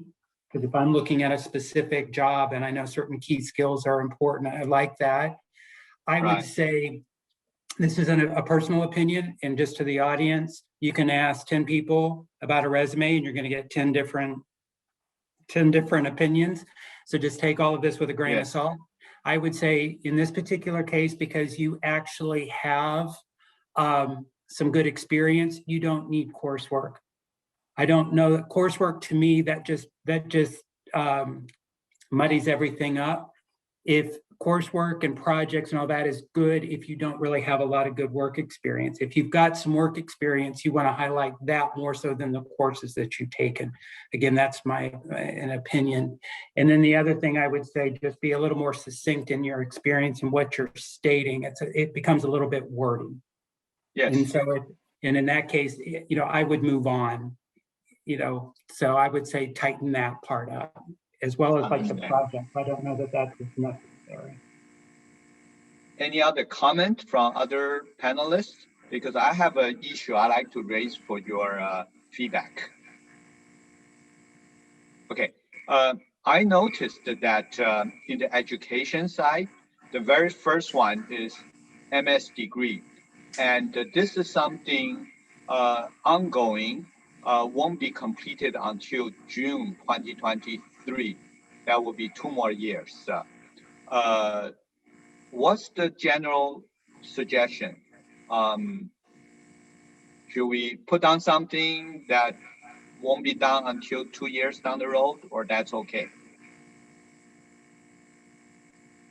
I see that. I think I'm sorry, go ahead. Oh, I was gonna say, I think it's okay. I think as long as you put anticipated, or what your anticipated degree date or completion date is going to be. I had that on my resume for the 10 months that I did my master's degree, as I put it on there because people want to see that you're taking the time and you're doing it, especially if you're working. So if they're currently working and they're obtaining a master's degree at the same time, I would want to know that. Sure, makes sense. All right. Agreed. Okay. Is GPA important to be listed here? I mean, to me, that's a personal choice. If you want, I would say if you're going towards a program, so you're looking at a company and it's a program, and the program is specifically calling out that a GPA or a range is necessary, I would say add it because it just mitigates a question that's going to be asked back. If a GPA is not part of the job description, it's not one of the requirements. If you got a high GPA, by George, you earned it, put it on there. But again, to me, that's more of a personal choice. But you, again, look at what it is that you're seeking. Do they call out that they're looking for something specific? And do you have what they're asking for? If so, put it on there. Sure. Thank you very much. The GPA is something we all recognize. And as Ryan said, if you're proud of it, put it on there. If you for it, put it on there, and it doesn't take up any space, and it reads easily. And, if it's and it good, mitigates the question eventually. Good on you for having it. Yes, a related issue. The next one, based on the feedback today, I will say this one looks kind of similar to the previous one we just looked at.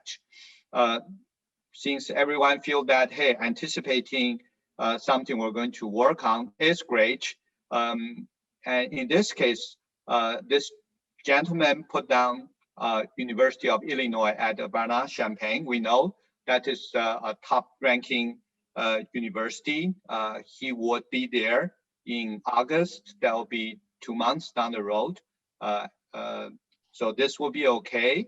My question is that which university we graduate from, how much impact does that make in terms of getting the getting to the next round of interview?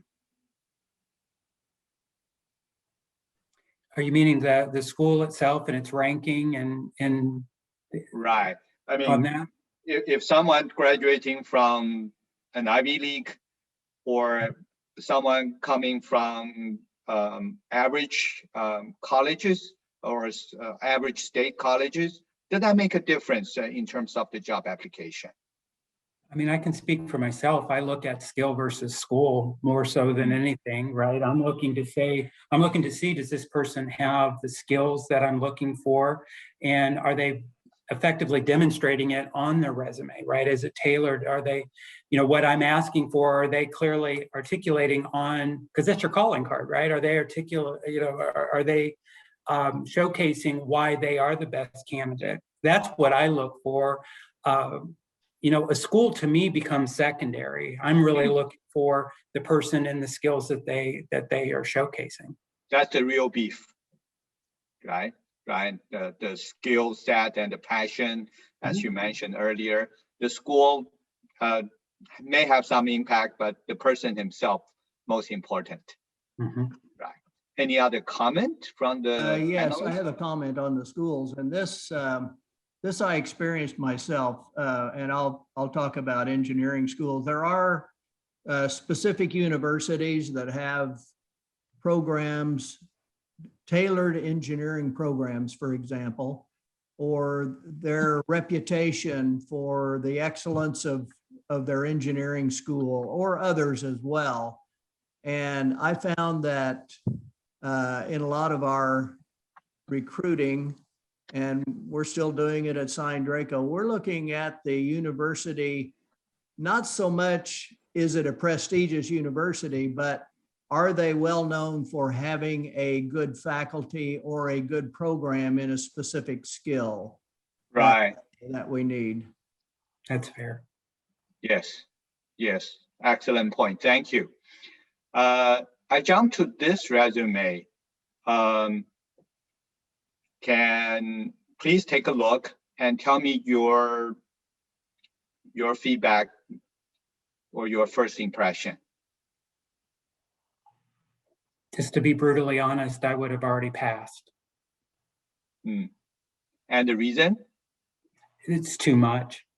Right. Too busy. It's too busy. It's too much.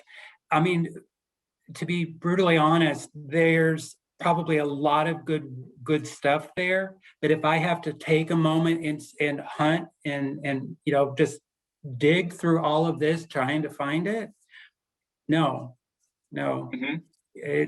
There's too many really good resume templates out there that can really do a lot of the work for you, right? Do a little bit of research and go to Microsoft and go online, right? There's a lot of good templates to really help you and to help simplify this. Yes. That, just being honest. I appreciate that. I think interestingly, the volunteer helping me preparing this, removing all the privacy issue, I think that's a general response. Seems that the resume may have a lot of information there, but we seem to be all overwhelmed. Just even visually, it seems to be too busy there. Larry, can I add one thing here that I think? Oh, sure. So on the other resume, I just want to point out, and I lived kind of the majority of my career in HR. And nobody talks about this, but I'm just, because we're here to be honest, we're going there, right? The email is Hotmail. The person's email is Hotmail. And I'm going to tell you, people look at that. So if it's Hotmail or Yahoo or something, prior generations of email, it already, people have bias and they wonder and they think, why would someone still have Hotmail when you could have Gmail or whatever, I just aged myself with what not all. But I think it's something that most people don't see. And the other thing is, have it be like your first name and last name or first name dot or something like that. But, Lisa caffeine 22, I'm making that up for myself. That's not what you want on your resume. You want something that appears professional and current so that it just is one less thing people can wonder about. Yes, thank you so much. That's a really important point. Maybe I should change all my Yahoo email back to my Gmail. If you're interviewing there, you let us know. Right. When I talk to a friend in Google working on the AI, basically they read our email inside out before we even send out. So I was like, am I going to help you with more data on myself? But I guess we're read anyway, anywhere. This particular one, I feel is more like what we said, seems to be a reasonable template.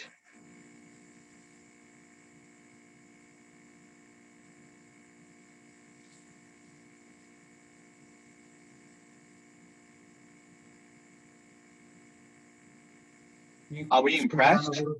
Can you scroll down a little bit, Larry? Sure. Are we impressed, or we feel there are issues that can be improved? I still think it's a bit busy, right? I'm still, as a hiring manager or as a recruiter, I'm still having to hunt and pack.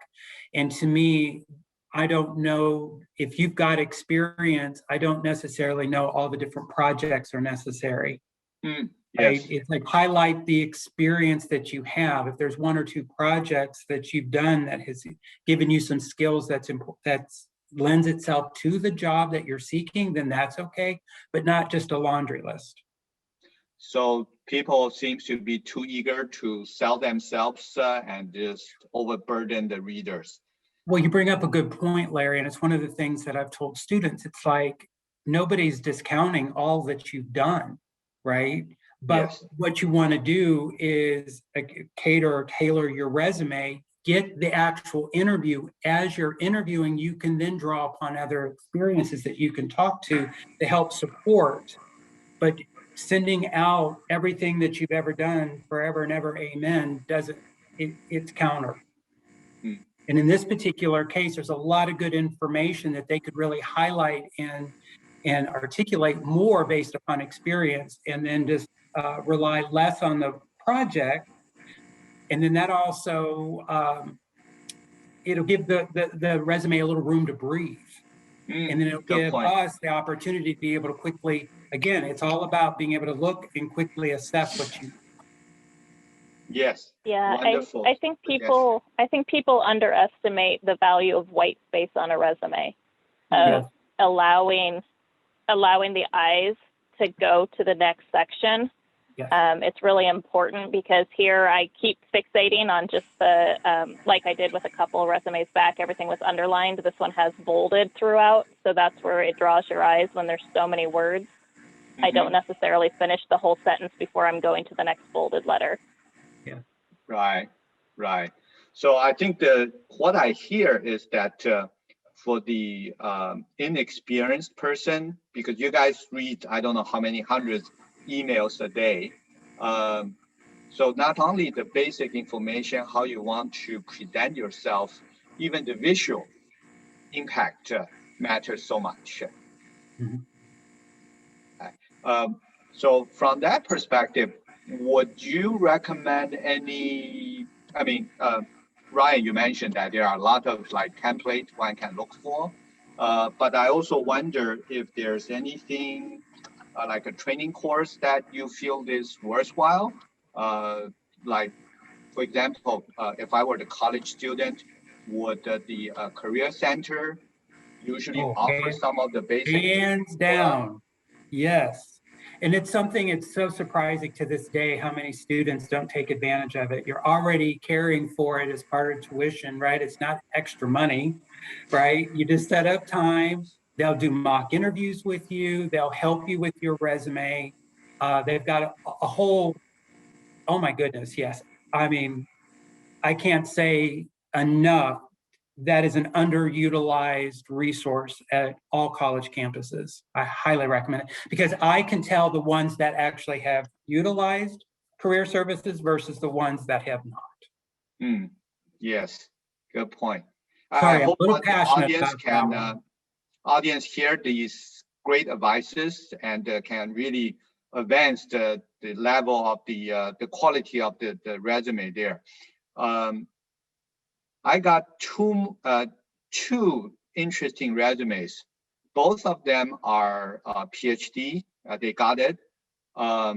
They don't have, well, the other one, next one will have several years as a postdoc, including working at the national lab. This one, I recall, is just graduating.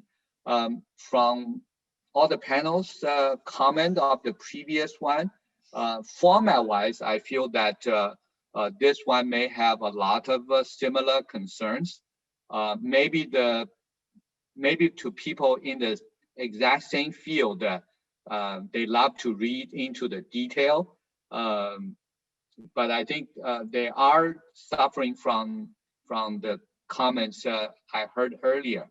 The issue I like to raise here is that for PhD, when they apply for the first job, they have a lot of research experience, but now they may be competing with other people with just like several years work experience already.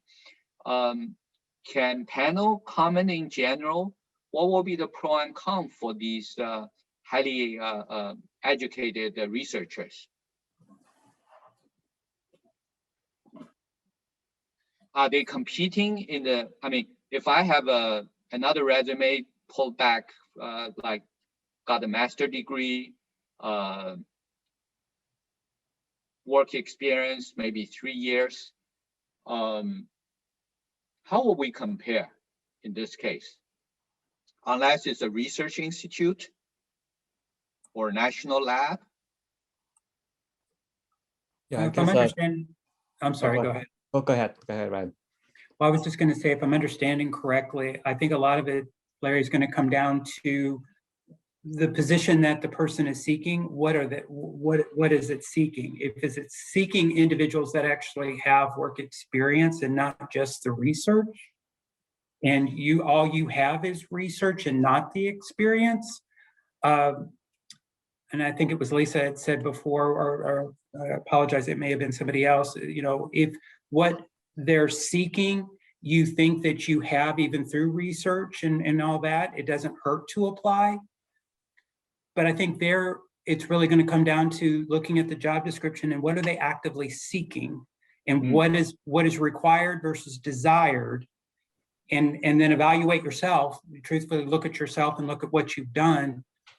Is there enough to where you have a chance at it? If you want to just go for it, go for it. But I always like to look at it first and see, do I have enough that I'm going to be able to bubble up? You know, is my calling card going to be enough to get me to that next step? Right. Ken? I would love to hear anybody else, you know, on this one, because it's tough, right? Because even at the undergraduate, right, if all they've done is academics and they haven't really done anything to gain experience, like through internships and all that, that can get, you know, kind of interesting too. Yes. Right, Ken, yeah. you like to comment? Sure. Yeah, I agree with Ryan. This really depends on the role that the company is trying to fill. So I guess as a PhD, you are more in depth. So let's say comparing a PhD and versus someone with masters with a few years of experience, PhD tend to be very specialized in some field and going very deep and be the expert in that area. And then master with a few years of experience, maybe not as deep in terms of academic research, but more well-rounded, able to see, you know, experience different phases of the development the regular, you know, regular job roles. So if the opening is more for like a research, I guess not just research institutions, but there are companies like Google or Facebook may have, you know, data research or data science, and there are some roles that really require people with research background using the, you know, the right method to research problems of big scale and in depth. So if your experience hit that requirement, then that's great. Then you will probably have a higher chance to be accepted compared to other candidates. But there are other roles, for example, in software industry, like general software engineer, full stack, or other engineer type, and those roles may not require you to be really deep in a particular area, but require you to, or it's more desirable to have a more rounded experience, able to see all phases of the development. Then the PhD may have a more disadvantage compared to a master with multiple years of experience working in a company. So yeah, it really depends on the role that you're applying for. I see. Thank you very much. I think this, what I raised really is beyond the resume writing itself. In a similar sense, I just got this one, this last resume. I was surprised, but I think that's a reflection on the power of internet. I will show this more clearly to everyone, but the point is that the person who sent the resume over is from Taiwan. So a foreign job applicant directly send the resume over. I noticed that he has 10 years experience. Of course, I think the resume itself always can be polished up according to the feedback from everyone. I'm curious in general that with the pandemic, with the internet being heavily leveraged, what would you usually do when you receive for a seasoned workers position an application from abroad? We don't know him, probably hard to find references. There will be the working permit related issues there. Can any panel give some comment in general?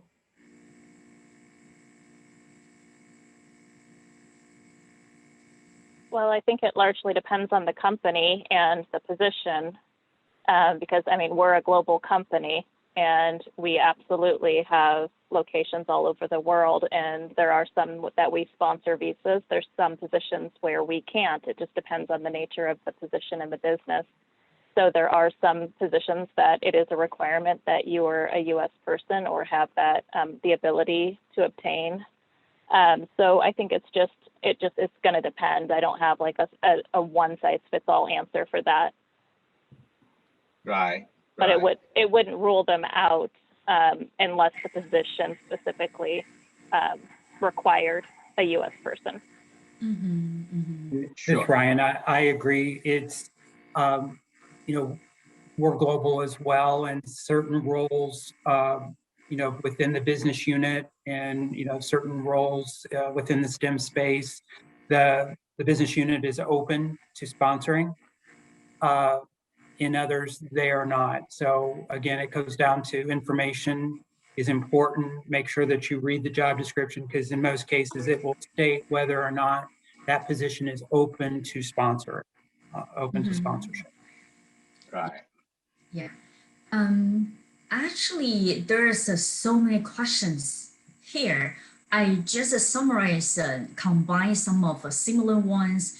Some format, like do I need to bold the keywords and is a summary is very important, or do I need to attach a red letters for that style things? So anyone want to share? You talk about like the summary? Yes. Like on that? Right. This is a personal preference. I don't necessarily I don't see the value of that. I think there's so much more you can do with your own resume to be able to highlight why you are seeking that particular opportunity. To me, a basic summary is kind of a dust statement. It's you're putting out there why you're seeking this, where your resume itself, and you can use the real estate on your resume to then highlight what you've done to support why you're the best person. That, again, that's my opinion when it comes to summary. And then a cover letter, sometimes that is going to be dependent upon what, some companies are very descriptive in what they seek, and some of them will say a cover letter. So on that one, I would say read it, and if they're asking, go ahead and put forward. But somebody had said this earlier, if you do it, just make sure that it's tailored to the company that you're actually sending it to. I cannot tell you how many times, being AT&T, I'll get things from Apple, right, where they just automatically are generating particular, cover letters, but they're not paying attention to who they're sending it to. So I'd say with the cover letter, that's going to be a personal preference. I don't necessarily, for what we actively seek, it's not as necessary. Yeah, it's a recommendation letter. Oh, a recommendation letter. Meaning, well, typically what I've seen is people will not, they don't necessarily send that.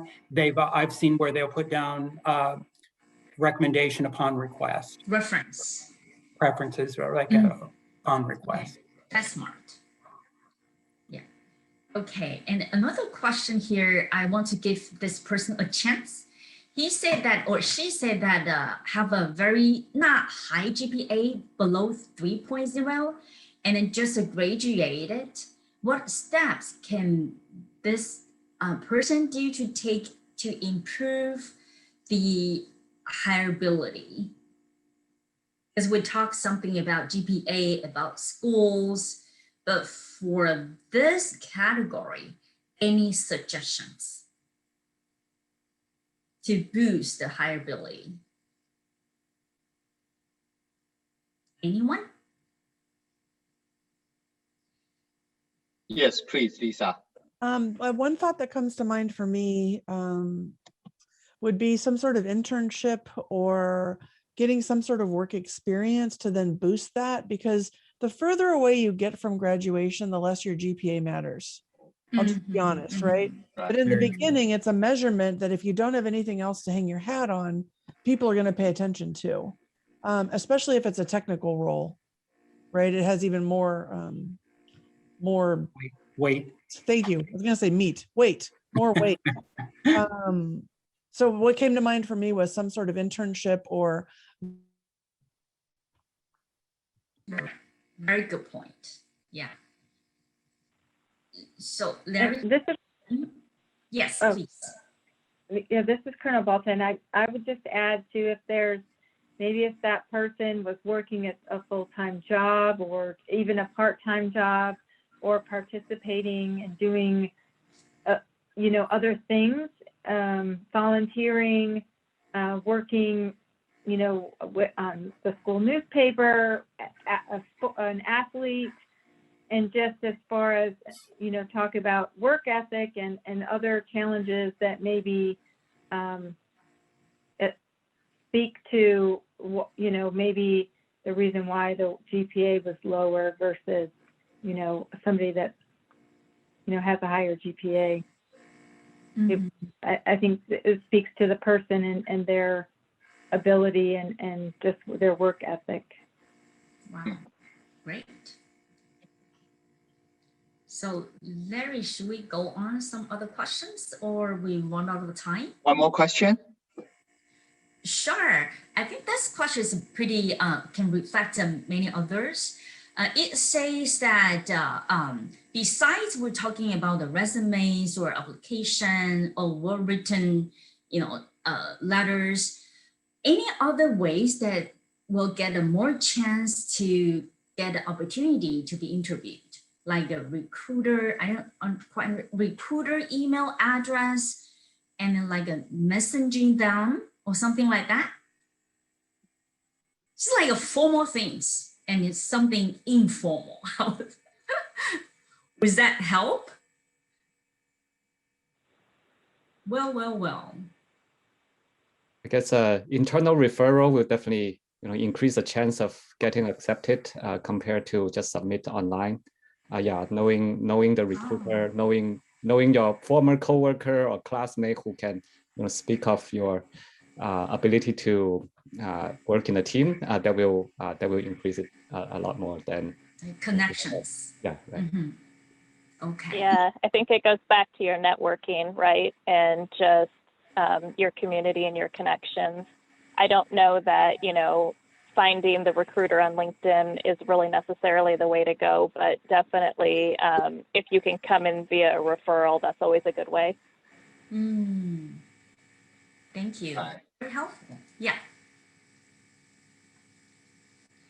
Yeah, we have many of them want their resume to be reviewed at this point. Oh. It's very helpful. Thank you.